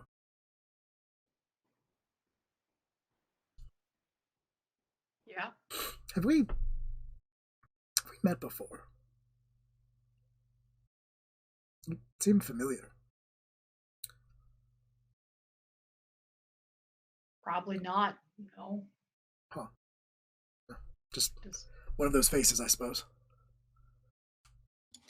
I don't know. Have you been to any clubs in Tranquility lately? Okay, look. Not of late. Not recently, no. Man, like y'all never fucked up a bar before. I haven't. I have not, in fact, fucked up a bar, Jaxper. You're clearly not trying hard enough. Ellis, you return at this point, and Neville says, "So, my I'm offer." behind Ellis. Yes, and Karis, you're with him this time. So, my offer. Well, it's an open vote. Jaxper, Maeve, what you say? Yeah, I'm in. All right, Jaxper. Yeah. This doesn't involve me having to deal with fucking Logan again, so I'm down. Let's maybe refrain mentioning names out of hand in front of sensitive cargo. I also am saying yes, and I think Karis is with us. I'm standing in the corner, looking him up and down. Well, okay. Okay. Then it sounds like, Mr. Neville, if I could get you to just, sign off. I have an invoice from the union shop on some work that we're going to want them to start as soon as possible if you're looking to get out of here before whoever it is catches up with you. Well, of course, yes, I would appreciate that. There are a few other matters that I must attend to before we are able to depart, and obviously repairs will take some time. I would prefer not to remain locked up in this place that entire time, so I would require an escort, obviously. Yep. Sounds fair. Not like we want you dying before you can finish paying for everything, so. You got it. I'm your escort. No, I don't know that I agree with that. That is a terrible idea. I've done bodyguard work for the past, 3 years before I was crewed up with you guys. Okay. Yeah. No way have you been working for 3 years, Jaxper. You look like you're 17 as it is. I, big brother, shove Jaxper aside. Or maybe just, shove you aside a little bit. He's gonna do puffy chest, throw his hands up in the air, but he's not gonna do No, it. we're not saying you're not capable, Jaxper. We're saying you're perhaps a little too capable. You're let's overqualified for the position, perhaps. You're not going by yourself. I'm going with you. Wait, so the two of you are going on this? Someone has to watch Jaxper. So I need a babysitter. Should I leave for this discussion? No, you should not leave. If you walk out that door right now, you already said that you're a threat. And not only do I want to get your ass to Mars, because we agreed to a contract. How about I'll just take him over to one of our other terminals, and we'll get on the phone with the foreman while you three sort this out. That's an excellent idea. That sounds excellent. Thank you very much. All right, you take him back into the area between the cockpit and the galley, which is sort of where most of your equipment is, most of your sensor array and things like that connect to. And you and you call up the foreman and get kind of the same thing. Foreman's office. Hi. Yes, it's me again. With the Nephilim. Turns out I am going to be. Yes, we would like you to fix up the ship, what you quoted us before, and I have the person who will be handling payment for that here with me. Sure, and he steps forward and says, "Yes, hello, Rashawn Neville. My information should be on file if you authorize those payments." And the foreman like blinks for a second and says like, "Mr. Neville, are you on any sort of duress? Are you?" He says, "No, I promise you, I'm perfect. This is perfectly of my own free will. I will be." The very threatening Maeve Delaney. I know, right? And the foreman shrugs and says, "All right, well, get to work within the hour. We'll need access Great. And to." I'm gonna be overseeing your guys, by the way, just so you know. So And yeah, you'll be there. Yep, absolutely. Yep. That's fine. Yeah, they'll be on board within an hour. They will need full access to your ships and systems. Okay. All right, great. Just the idea of other people just touching her things is really stressing me out. But he like hits a couple keys off camera and says, "All right, Mr. Neville, if you would check your handheld, you should see authorization. If you just go ahead and sign off on that." And he pulls out his like smartphone, looks down at it, puts his thumb on it, and it dings. And the foreman says, "Great, looks like you're all set. Congratulations." yay. All right. And he ends the call. Neville takes a step back and sort of, again, dusts himself off and says, "Well, this has been terribly exciting. I a bit famished. I think I would, if your friends have sorted out their staffing concerns, believe a meal is in order." I think there's some of Ellis's leftover chili here for you. If Maeve hears that from the galley, she's gonna be like, No. We'll figure something. We one of us should be able to throw something together." So there are ample facilities in the ring. Eating not. Oh, yeah. You know what? That sounds like a good plan. Let's He would like to leave, Maeve, is the idea. And like a slightly dejected Ellis, who's just clearly been in like a three-way argument with both of these younger men, is like, "Yes, and your escort will be Jaxper and Karis. They will take good care of you, sir, and return you unharmed to the vessel." And like stares at Jaxper like, Yeah. dutifully. I feel like during that conversation, the phrase "What the fuck is your problem, man?" came up more than once. Yeah, a few times. Yeah. I'm And also the very response much was like, many times, "You." What were you saying, Tyler? I'm just very much like arms crossed, like looking at Jaxper like I'm watching you. Yeah, it's 100% this like realization on Ellis's side. Like Ellis's plan was that Ellis was going to watch this guy, but clearly it doesn't make sense. Like now I'm in a position of authority. I have to stay on the ship, and also, fine, if Karis is going to be watching Jaxper, watching him. Jaxper is a good bodyguard. Mhm. Like I do know that, so it's like okay, fine. Someone's got to stay with Maeve. And he would not have allowed that to just be Right. Karis. But you did. I know, Dan. You did make Ellis a new hook about the events that took place with Grace and Jaxper. So it's entirely possible that the concern you have about letting Jaxper guard this person could potentially come up as a hook. As you attempt to do a reflection of that. Yeah. So what is? So I think when the guys are to go to that thing, Jaxper is just going to look immediately at Ellis and just be like, "So what's your fucking problem, man?" Last time you were responsible for protecting somebody, wound up with a lot of her blood on our goddamn airlock, Jaxper. That's my fucking problem. Yeah, Ain't where about were the you? bar. Yeah, where were you? I was doing my goddamn job. Where were you? I was doing my goddamn job too. You know what? Your pussy ass lungs couldn't handle all that gas either. I was the only one there. I was the only one conscious. I was the only one who hit one of those motherfuckers. Why were you conscious, So Jaxper? if you want to come at me, How'd that happen?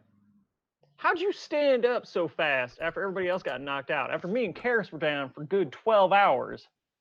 After Maeve got knocked out? Why were you able to get back up but not able to save our goddamn captain? Karis There That's an were excellent question, 6 Jack of Sam. them. There were a lot of them. And you know what? Yeah, there Maybe I'm were. just fucking special, man. Maybe I'm Yeah, just you better seem than all you. You got a problem with that? Is Got a problem with that, old man? Karis interjecting?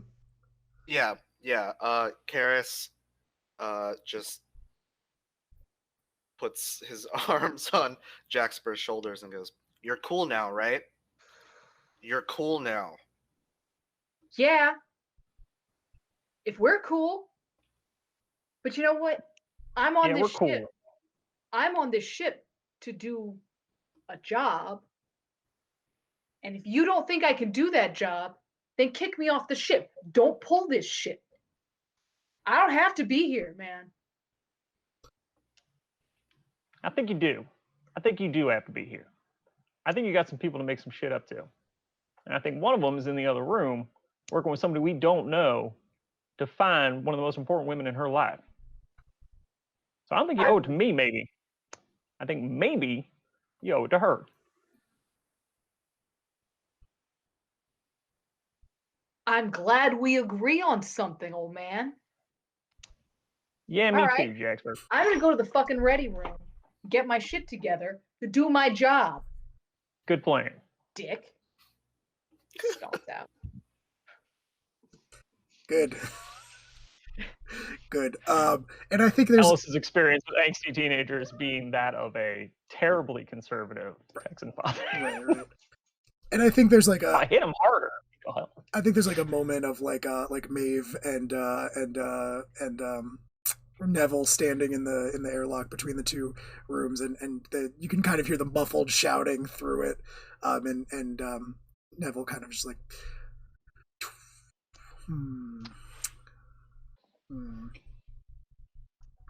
just kind of like, yeah, that's when like the airlock slams open, and Ellis is like, "Your escort will be ready soon." See, it's all fine. Hey, you mentioned you thought they'd found you. What happened there that you like what's tipping you off that they might have caught on to you? A feeling. If you are in my line of work for long enough, you tend to get a sense of these things when someone is tailing you, watching you, coming for you. I've just been a little restless these past few days and felt that it was time to move on. Fair enough. Yeah, so I'm sure they'll be here in a minute.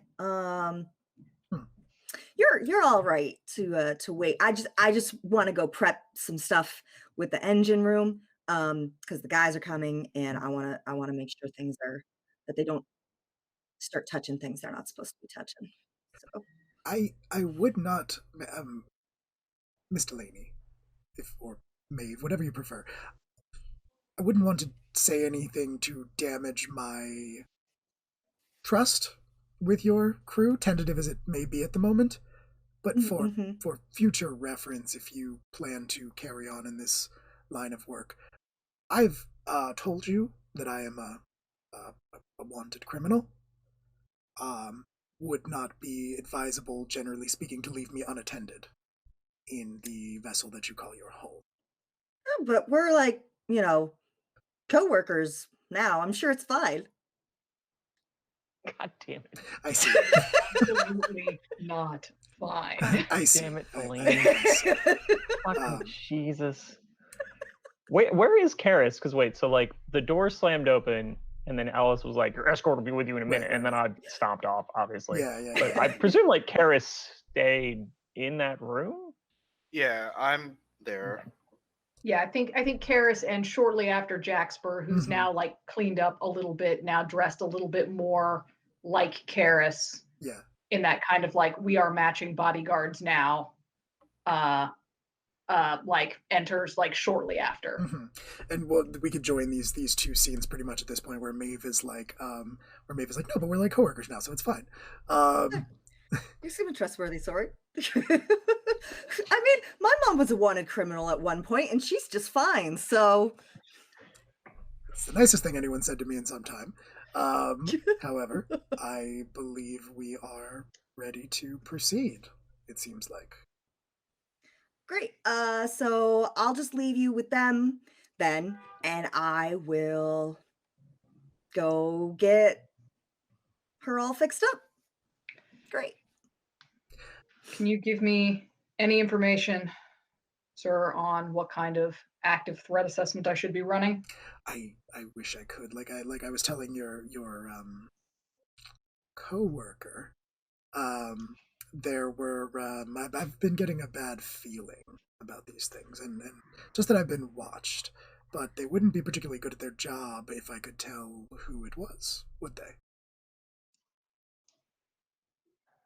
There are many people aboard the ring for many reasons. I wish I could tell you more, but I suppose we should consider everything a threat. Sounds good. All right. Business as usual for Jaxper. As I was telling Maeve, I find myself somewhat hungry. Have been confining myself to my quarters these past few days. Now, with your protection, I would very much like to have a nice meal out. Sounds good. Let's go. All right. Yeah, you leave Nephilim behind and you enter the rest of RX-07.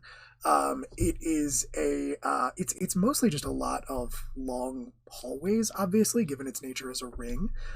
There's lighting overhead that adjusts on a our Earth schedule, so there is like almost like a daylight and nighttime, but it's largely meaningless. It is most of what you are passing is closed off to you. It says like personnel only on a lot of the doors and side partitions, but when you follow the path for long enough, it does open up into a larger area, somewhat reminiscent of a food court, where there are just different meal counters around the concave walls set into them, where you can order various meals, pretty much anything you could imagine. But a lot of the beverage options are pretty strictly zone. One of the Earth megacorps that you're all very familiar with. They mostly deal in carbonated beverages of all different flavors and effects. Yeah, and he would say, I think I'm feeling ramen today. What about you two? I could go for some noodles. Mm-hmm. I would be more than happy to pay for your food, of course. That's the least I could do. Well, in that case, I'm going to make a couple more stops. Charming, very charming. Sure. I'm very excited to be leaving this place behind me. Finally, I'm feeling generous. Thank you. Yeah, you procure your. I'm going to, as we're going, I'm going to turn on my sort of internal heads-up display, get the nanites to give me some info as we're running around here. We should establish, just for the importance of setting, that this is not a common thing. When we say Jaxper's activating his nanites, that's not like something that everyone in this setting can do. Nanotechnology is new and largely very, very rare. And most people don't know about it, including Alice. Yes, that is true. Yes. But yeah, you can absolutely do that. So basically, that is just providing flavor to what I imagine is just a scope it out roll to see what is going on. Definitely. In the world around me. Mm-hmm. Bring up. So that'll be plus calculating. Yes. Haha, that is a 12. A 12. Very, very good. Nice. You get to ask 3 questions.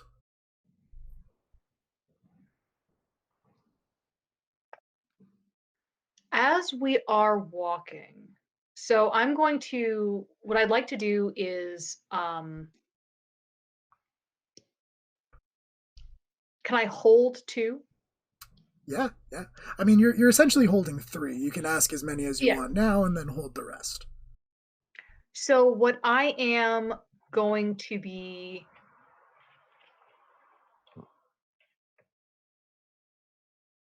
as we're walking, the question I really want to be asking right now is who or what here is not what they seem. So like just sort of like tracking around like who here looks suspicious and like putting flags Right. on people as I pass Okay. to sort of determine like, okay, that person, is a mom and her kids Mhm. and is definitely just a mom and her kids. They're not part of the threat assessment. That person over there, they're they clearly have a hacked ID tag. Right, right. I might need to pay attention to them. Yeah. Absolutely. You pass as you're walking to the cafeteria. You do pass a pair of people who are they're both just like wearing hats pulled down kind of low, like kind of like tipped forward also, so you can't really make out too many details. But they're chatting with each other. They don't appear to be paying much attention to you. As you walk past them, they give a cursory glance, but your nanites flag it as lasting just like a half second too long. Like just Okay. their gaze lingers just a fraction of a second too long on all of you for it to be sort of idle. Um, and once you pass them, you leave them behind. You don't really pick up anything else, but as you are gathering your food and getting ready to sit down, you would notice a person dressed in a Tranquility Crew uniform, which I imagine is just kind of a jumpsuit that has like the flag.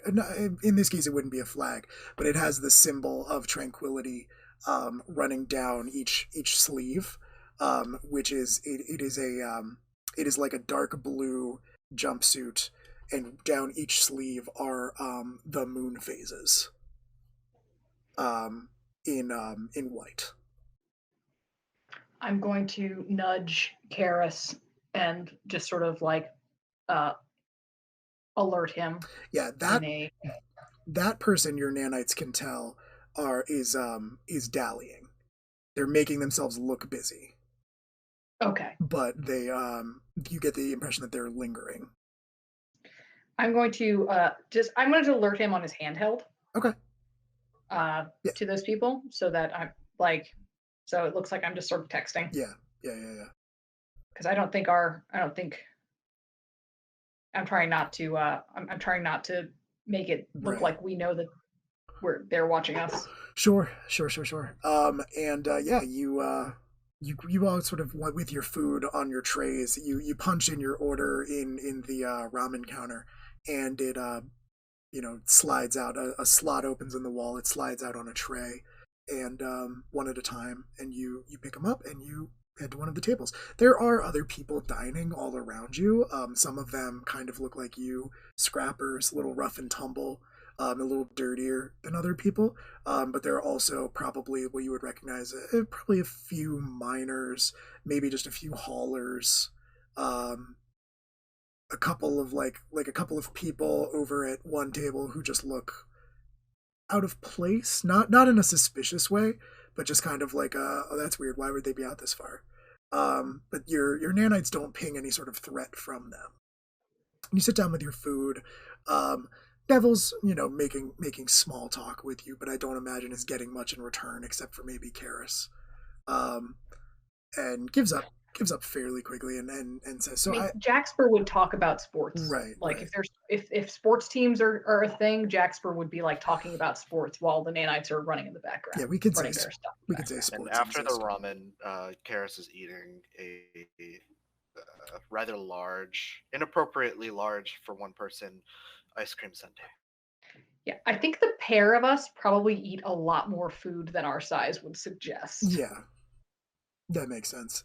Especially Jaxper. Yeah. Yeah. And Neville's just kind of talking. He's not much for sports, but he says, "So yes, I do have some business to um, finish around the station. A few people that I need to check in with who owe me a favor here or there, or whom I have made made promises to that I need to deliver upon. Um, and I, of course, will need to collect my personal effects and move them to your ship." Of course. Mhm, absolutely. You finish your meal. It's not particularly exciting. Yeah, Karis, did you have something you want to do?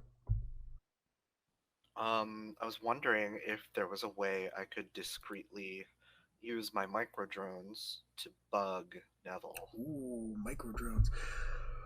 Yeah, probably, right? I don't have your. Let me pull up your playbook, actually, because this is the second time it's come up.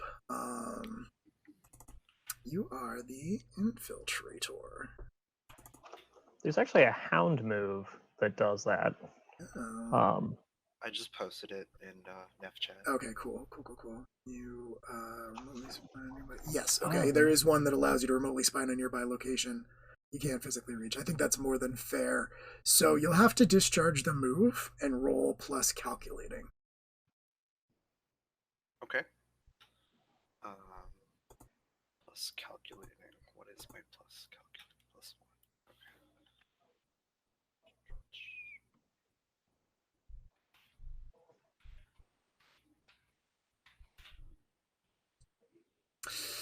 Okay. Ooh. Okay. That is a 5, which is technically a fail. Yeah, let me see here. What does oh, I can't aid another, and I have to call out that I'm aiding another before. Yeah, the equivalent of aiding in this game is lean on me, which you have to do before the other person rolls. I go to slip a drone in his pocket Yeah. discreetly, but I slip on some melted ice cream that I got on the floor. Well, so according to the move, it says you still get it off. You're Yeah. just unable to recharge it until you. Right, Go exactly. So yeah, it Oh. does on a 6 minus, you hold 2, but you won't be able to recharge this move until you get back. So I think probably what this is just a representation of is just the fact that you're very drained. Karis probably hasn't slept well since the events that went down with Grace and the attack. So I think you're just exhausted probably, but you do get to hold 2. Your move is just discharged and you can't do it again. So if you want to just spend 1 hold right now to remotely spy on a nearby location you can't physically reach, kind of preemptively, as Neville is going into these different places, you can also retain a second hold to do something else later. Okay. So I will remotely spy on Mhm. a nearby location I can't physically reach, and I will Perfect. hold allows me to remotely hack into a nearby isolated computer system. Nice. Okay. In the hopes that like maybe Neville leads me to something that he goes to interact with Right. that I Right. also tap. Yes, absolutely. So we'll remember that you have a microdrone currently actively spying on him, and you start to wrap up your meal, and Neville like stands up and says, "That is so much better. I can't tell you how tired I was getting of the dehydrated food that was available in my accommodations. If you are prepared to follow me through some of my errands, we can start." Of course. We will be first heading down into some of the maintenance decks. I left something with a friend down there that I need to retrieve. And you, sure enough, yeah, following him, you do kind of make your way down to the maintenance decks. There are fewer people around this part of the ring, and he actually leads you past a.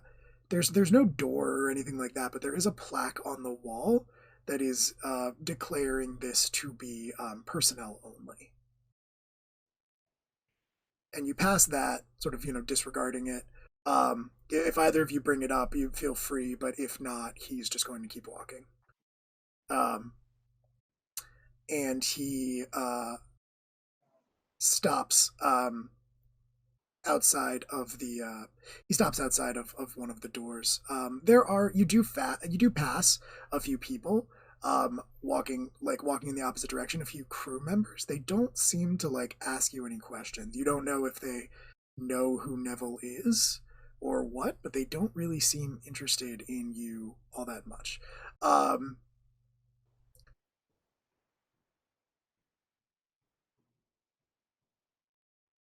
With your earlier hold that you spent, Jaxper, as you stop in front of this door that Neville says, "All right, now, if you wouldn't mind waiting here, I will be right back."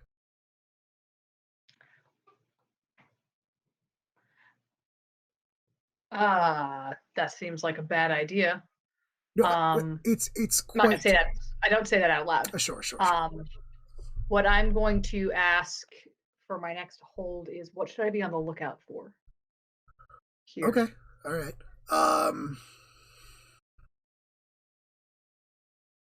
The room beyond this is an office. It's someone's office. You don't know whose office it is, but it's very clearly a small space. And I think your nanites can kind of determine that there's only one person on the other side of the door. So if he was going to go somewhere without bodyguards, this seems like as safe as it could be, if this person is as trustworthy as he seems to think they are.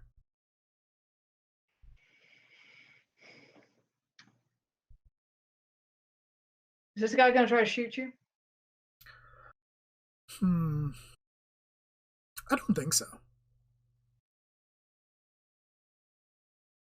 All right, you're the paying customer. If you want to go in there by yourself, you do that, but I am providing my professional, on the record recommendation that you allow one of us to go in there with you. So noted, of course. I appreciate your professionalism, Jaxper. I shan't be So low. proud. And yeah, he walks in. Beyond, you can see it is in fact a maintenance office of some kind, or rather, not a maintenance office, but an office of some kind. And behind the desk, there is a rather severe-looking woman with her hair pulled up tightly, wearing a similar uniform to one of the maintenance people that you saw earlier, but hers has a gold bar across one breast, which you would know is an indication of rank. It's possible that she's the administrator of this Ringgate station. And the door slides closed behind him as he steps in. He says, "Margot, lovely to see you. Listen, I need to have a talk with you." And the door slides shut, cutting off that communication. Though you have a bug in place, so you can hear, Karis, you can overhear what is being said on the other side. A couple things are going to happen more or less simultaneously here. Karis, I think you're a little distracted because you are listening in on the through your nanobots that you planted on Roshan. So you can kind of overhear a fuzzy version. Actually, it's probably pretty clear version of their conversation, and you hear Roshan say, "Margot, I appreciate all you've done for me, and I understand it was mutually beneficial. I will be leaving soon, it seems. And so I would ask for your discretion for just a little bit longer in the face of your visitors." And the woman sighs deeply and says, Look,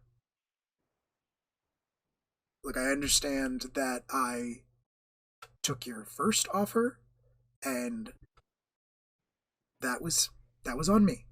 I accept that. But this is not what I signed up for. I mean, you said you just wanted to be as off the books as possible. okay? You didn't say anything about auditors. That is a level that I was not prepared to deal with, especially not for the sum you offered originally. And he says, well, be that as it may, as you say, you did take the offer, Margot. And I'm afraid that implicates the both of us in this matter. Now, of course, I plan to be very professional about our arrangement here. I plan to keep it to myself once I am gone. In the meantime, should these visitors ask any more questions directly, anything like that, I think you can agree it would be in both of our best interests to continue to be discreet about my time here. And she says that, look, I'll do what I can, but we're not talking about a gang, Neville. We're not talking about assassins, even. We're talking about party auditors. I don't know. Frankly, I've never had to deal with one. But if the stories are true, they probably already know you're here. And he says, well, for both of our sakes, let's hope that's not the case. So Karis listens in and hears all of that, but I imagine that makes you a little distracted. Jaxper. Someone approaches down the hallway, and your nanites pick up that it is the same maintenance person in the uniform that was sort of dallying around the cafeteria, sort of making up excuses. And they approach the door that you two are standing outside of, clearly with intent to enter. I'm just gonna put my hand up. Okay. Private meeting. Yeah, I need to have a word with the administrator. You can wait. I don't have to wait. Who are you? You know this is a personnel area, right? Yeah.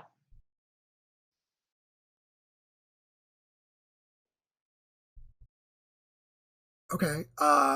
Well, no, I'm going in, and they start to move in.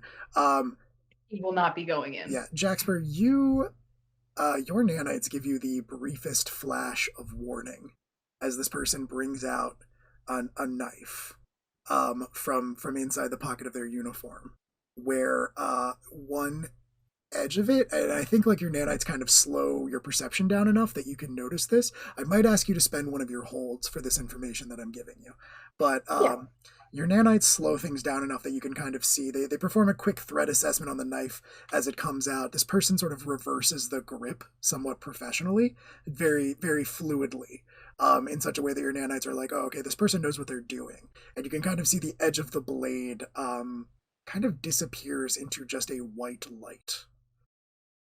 They flag it as a nano blade. Yeah, and it they go to basically slash you. All right. This sounds like I am going to.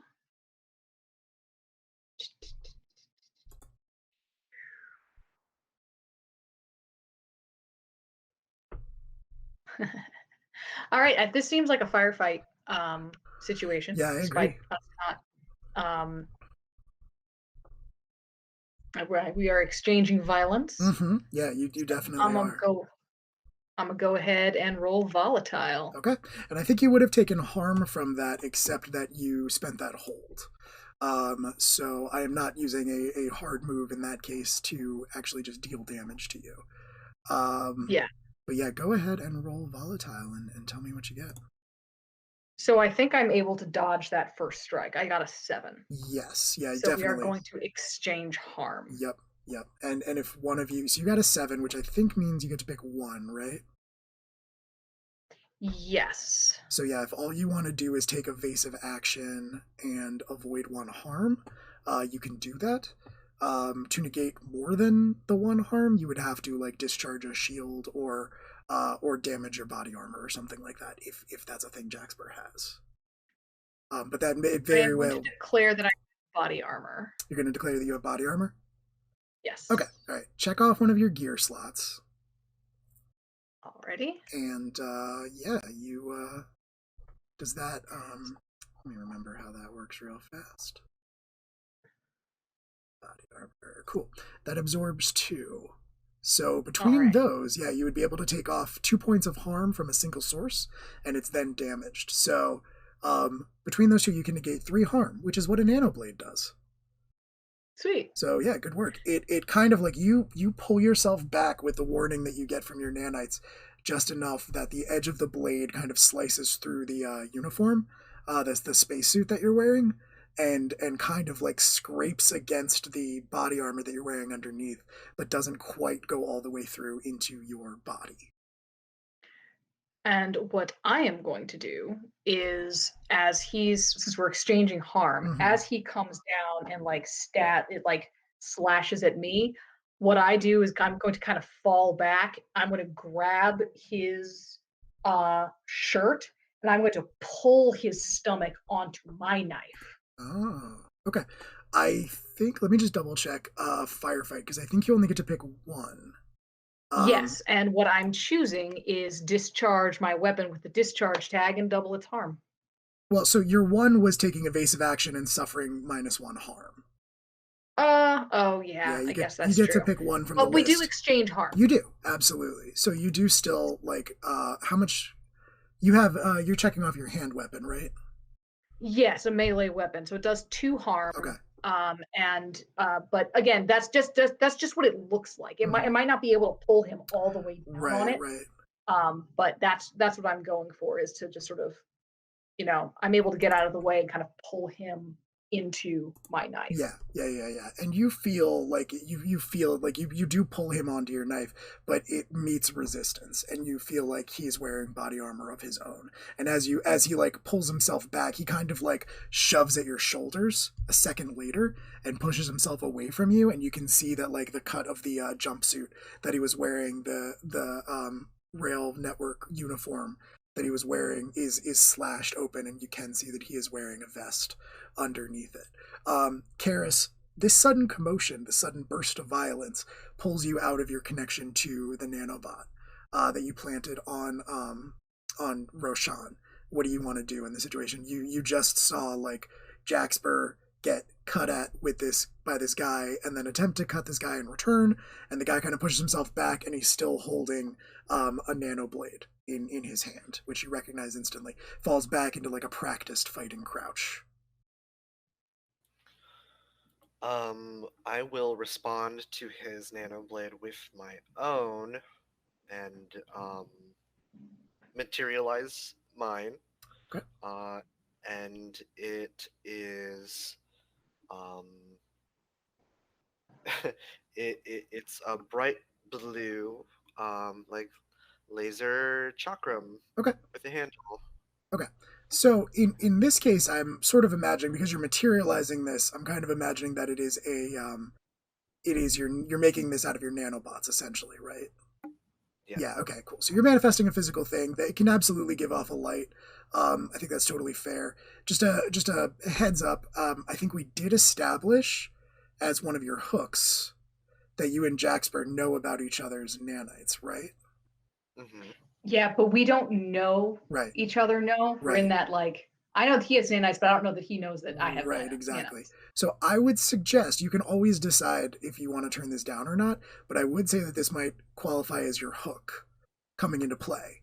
If you want to manifest a nanite weapon, it's going to be a dead giveaway that you have them. And when your hook gets activated, it means you roll at disadvantage. But it increases the likelihood that you'll fail, but that increases the likelihood that you'll get XP. What are your thoughts? Would Karis, would that slow Karis down, or would Karis be totally focused on what's happening here?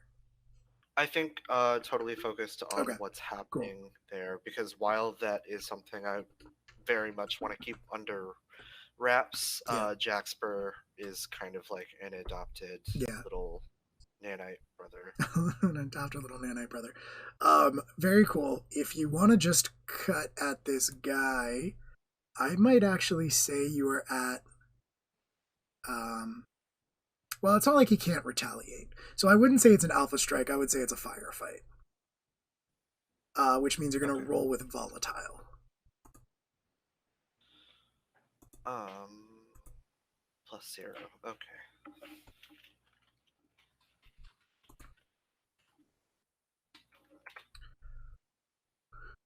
Oh, and you 6. said roll it with disadvantage, right? No. If you don't want your hook to come into play, you don't have to roll it with disadvantage. So yeah, that's a 6, which is technically a fail. Which means that I'm going to take a hard move in this circumstance, and yeah, I'm going to take a hard move in this circumstance, and I'm going to say that you lash out with the chakram. How does that work? Do you sort of like throw it, or are you just holding it in your hand and cutting at the guy, or how do you imagine this going down? Oh, yeah, throwing. Okay. Definitely. All right, Like cool. lasers.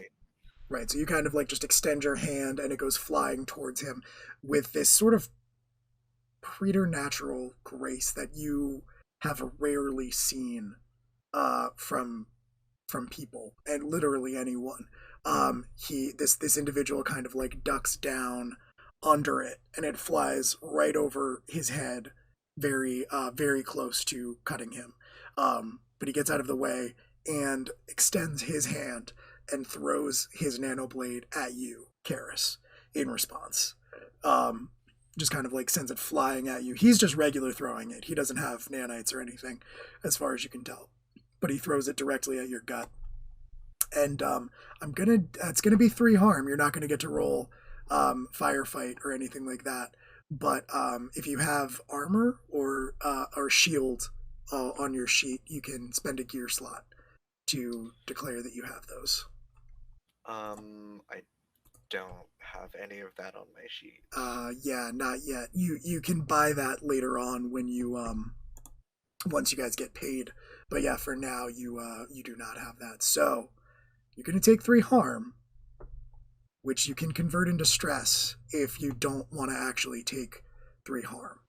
3 harm would put you at I'm hurt bad, which is severe bleeding or broken bones. Yeah, I would like to convert that to stress. Do you want to convert all of it to stress, or do you want to take some of it as harm? Because that would put you at 3 stress right off the bat, and stress is not necessarily the easiest thing to clear. Like easier to clear harm than stress. Yeah. Okay. Maybe 2 harm, 1 stress. Okay. All right. So you want to mark off I'm rattled? Mm-hmm. Okay, cool. So that means you're shaken and shocked. You have disadvantage ongoing to any slick or calculating rolls. But that can be healed by choosing shrug it off when you roll recovering or when the scene ends. So that will be I'm rattled and just a scratch really only last for the length of a scene. And then you take 1 stress on top of that to cancel it out completely. So how do you avoid the knife? What cool thing do you do? Like as this nanoblade is flying towards you, what do you do to stop yourself from getting too badly hurt? It still cuts you, but not nearly as bad as it should have. I think that maybe I also display a little bit of the same like reaction speed he does, since I'm also like trained. Yeah. So maybe like a fun little like matrix flip back, and then I just like spring back up. Okay. Rattled because I'm like, oh shit, Yeah. this guy knows what he's doing. This guy's fucking serious. Yeah, and he is sort of still in that crouch, looks kind of incredulous, honestly, and looks between the two of you and says, "Who the fuck are you?" I think that this does apply with Jaxper's hook. Okay. With Karis. I think Jaxper knew about Karis's nanites and kind of assumed that they were more like his, and he sees this knife manifest and he's just like, what the fuck? Yeah. Your nanites go fucking crazy. Your nanites are like, what? Yeah, they're like, my threat assessment is like off the fucking charts. We got no idea what's going on. And so I think what The only comeback I've got for this guy is go fuck yourself. And I'm gonna go back and I'm just gonna bull rush him because he threw his knife because he's a dumb shit. He threw his knife. Yeah, you rush him. It's gonna be firefight, volatile. I know you have like a Tempest move where you can kind of just do things, but so I can spend Storm. Right. When I lash out or act destructively, I can spend 1 Storm and choose an extra effect. Right. So I also gain Storm when I suffer frustration, disappointment, or emotional hurt, like earlier. That is true. So, but I'm going to roll 3d3 plus 2, and I keep the lowest. Okay. 2, correct? Yeah, you're rolling with disadvantage, right? Yep. So that's a 6. That's a 6. Okay. Mark an XP. Yeah. You rush him, and he is he's ready for you. Like you are not expecting this. You rush him, and I guess you're just kind of, you have a knife, right? Yeah. And it's just, I think it's just like a knife. Yeah. It's not there's nothing fancy about this. Right. He catches you around the wrist and kind of like twists using your momentum, and then just kind of like punches you in the middle of your sternum. With a hand that hits you way harder than you expected to, and in that moment I think you realize, oh, this person's augmented. So you get punched right in the sternum, and it really hurts. I think he's not wearing a weapon, or he doesn't have a weapon on him, so I think it's just gonna be like let's see. Yeah, this is just with his fist, so I think that's going to be like 2 harm. Is that going to go through my armor? So or did my armor get discharged? Your armor's damaged right now. So the difference between armor and a shield is that a shield is discharged. You can take a second to kind of like reset it and make it work again. But armor, you can't heal or you can't fix it until after the fight is over. Okay. Yeah. I don't know how big the augment is, but just to like offer a comparison, a pistol is 1 harm in the system. Yeah, that's fair. We could say 1 harm. I'm not trying to like No, that's a good point. I didn't pull up the like the list of damages. I'm down to say 1 harm. Okay. Yeah, so I'm going to take that as just a scratch. And yeah, we'll go from there. Okay, do I hold on? Let me.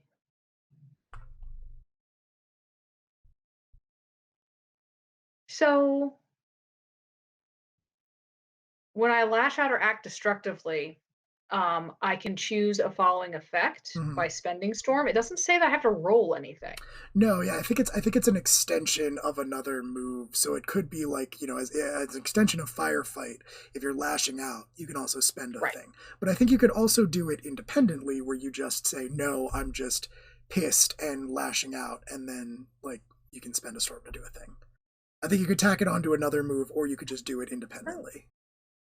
Okay, cool. I will keep that in mind for the future. That would have potentially changed that roll, but we'll keep it. Okay. How would it have changed the roll if you had? It would have given me advantage instead of disadvantage, or canceled out my disadvantage. Got it. Okay. I would have gotten a 7 instead of a 6. I see. Okay. Yeah. Sorry about that. But I did not know about that, and so we should keep it. Right. Yeah, we're all learning as we go.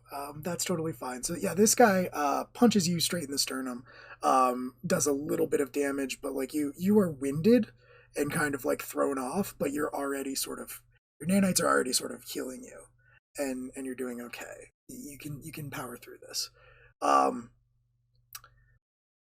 Yeah. So that was pretty much reactive to what you did. I think. In this circumstance, he's gonna say, he's just gonna say, look, you two don't know what you're caught up in. Stand down.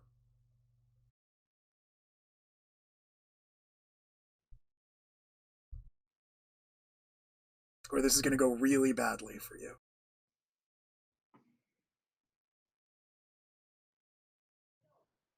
Karis, did you want to do something? Can I roll to intimidate him? You could try, yeah. Okay.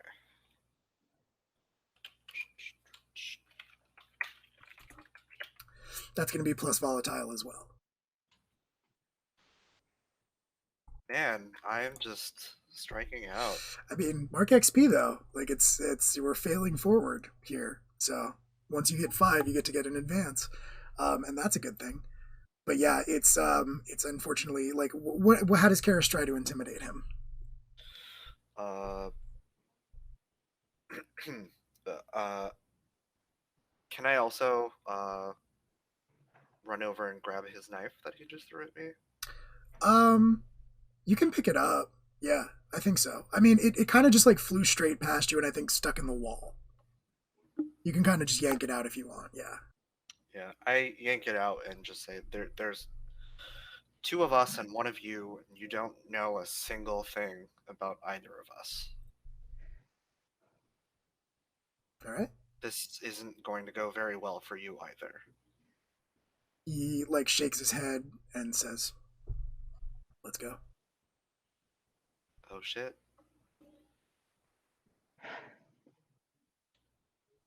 What does Jaxper want to do?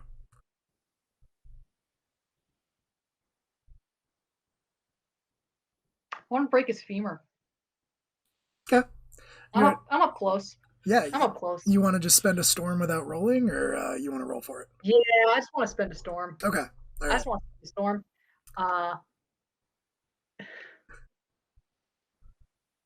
Yeah, I'm spending a storm. Someone is injured or scarred. Yeah. I just want to what I imagine happened was that I like charged him. Yeah, He like ducked under. Like I got my arm around his waist, but like I'm up against a wall, so he was just able to just beat the shit out of me. Yeah. And I think I'm going to wrap my arm essentially around his knee, and just punch his femur. Okay. Like as hard as I can. Yeah, yeah. And just crack it, it all along the side. Fully cracks, and he screams, and he got a little hurt earlier, didn't he? From your knife, like he blocked some of it. Yeah. Yeah. I mean, it only did does 2 damage. So if he was wearing armor that was as good as my armor, he had body armor. But I'm fine. Yeah, I'm fine with this. He screams and then like drops. He doesn't pass out. He's a professional. He doesn't even really fall down, but he lags. And he lets out like a clenched teeth, like grunt of pain. Karis, there's an opening there for you if you want to take it to try to finish this. And you don't have to like finishing this doesn't mean killing him. You could say like I just want to knock him out or something like that, and we can go from there. Yeah, with his own knife while all of this is happening,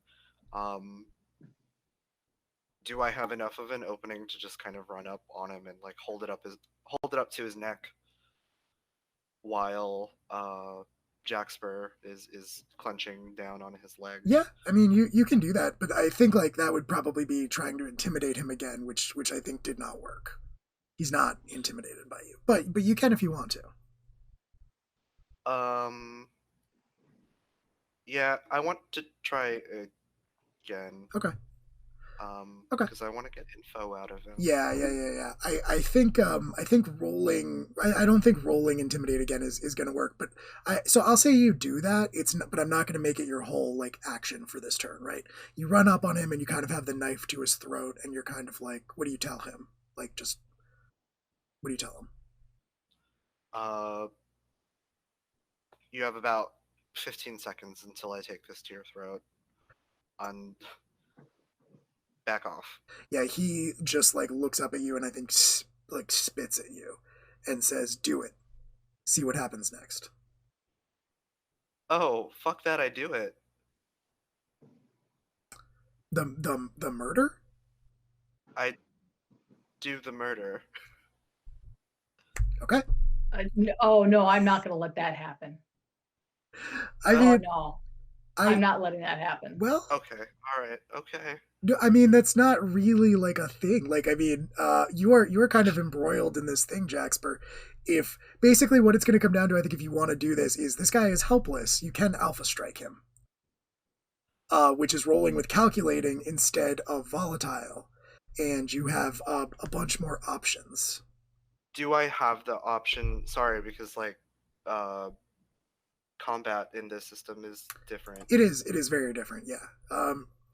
Do I have the option to just conk him over the head with the butt of the knife? Yeah, absolutely. You can disarm or disable them. Is one of the things. So you can absolutely just kind of like hit him in the side of the head and knock him unconscious. Disable, cool. Please. All right, roll alpha strike, which is with calculating. And Jaxper, if you want to do lean on me, I'd say this is kind of a dual thing at this point. Absolutely. Cool. So Calculating. that's going to be, so before you roll, Tayo, Jaxper rolls stalwart. Okay. Because if Jaxper succeeds, he can give you advantage on this. And I do. You do. With a 10, you pretty much just do it, and they actually get to pick 2 options. So not only can you give advantage to Karis, but you can give them some relief and they can clear 1 stress, or you can say you aren't pushed to your limits or exposed to danger or complications for your efforts. I'm pretty exposed to danger and complication as is. I will, and Karis did take damage, so yeah. Go ahead and clear stress. Okay. Karis, as well as having advantage on your roll. Karis, you can clear 1 stress off your sheet, and you're going to roll 3d6 plus calculating, and pick the 2 highest numbers that get rolled. Since I am rattled, it says I have disadvantage on any calculating rolls. How does that interact? So that means that the advantage and the disadvantage cancel each other out, and this is a straight up roll. Okay, so it just 2d or 3d6? 2d6 plus calculating. Okay. 2d6 plus your calculating. Yeah. Which is a good old 0. That's an 8. Oh, look. Very good. Okay, cool. So with that, you can pick 1, which you wanted to disable them. So I think, yeah, you can absolutely just kind of like, you have the knife up to their throat. There's like that second of hesitation when they're like, just do it, see what happens next. And then you kind of just like revert, like spin it around and hit them in the temple with the side of the knife, and they like drop, they go limp. Well, that was unexpected. At this point, the door slides open, and Neville is standing there, just looking surprised. Behind him is Margot, and Neville's like, "Oh, I'm adding my armor to your. I'm adding my armor to your invoice, by the way." Jaxper, as you are kind of like catching this body, this folded piece of leather falls out of the jacket. I'll pick it up. Okay. You flip it open. And on the inside you see it's a very simple design. It is a red sphere with these black lines sort of intersecting through it in interesting ways. But you would recognize this as the symbol of the Earth Coalition's party, the organization that basically controls the Earth. And you would recognize that this would make this person an auditor, the elite agents of the party, who are some combination of assassin and messenger, pretty much any type of function. But their reputation is terrifying. They're kind of a big deal. And seeing that, Rashawn says, well. And I think we'll call the session there.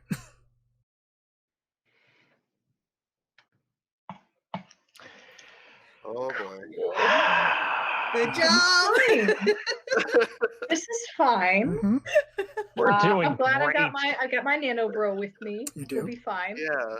Nano Bros. Oh. Nan Bros. Just because we didn't call it every time it happened, make sure you got XP for all of your under 6s. Yes. Yeah.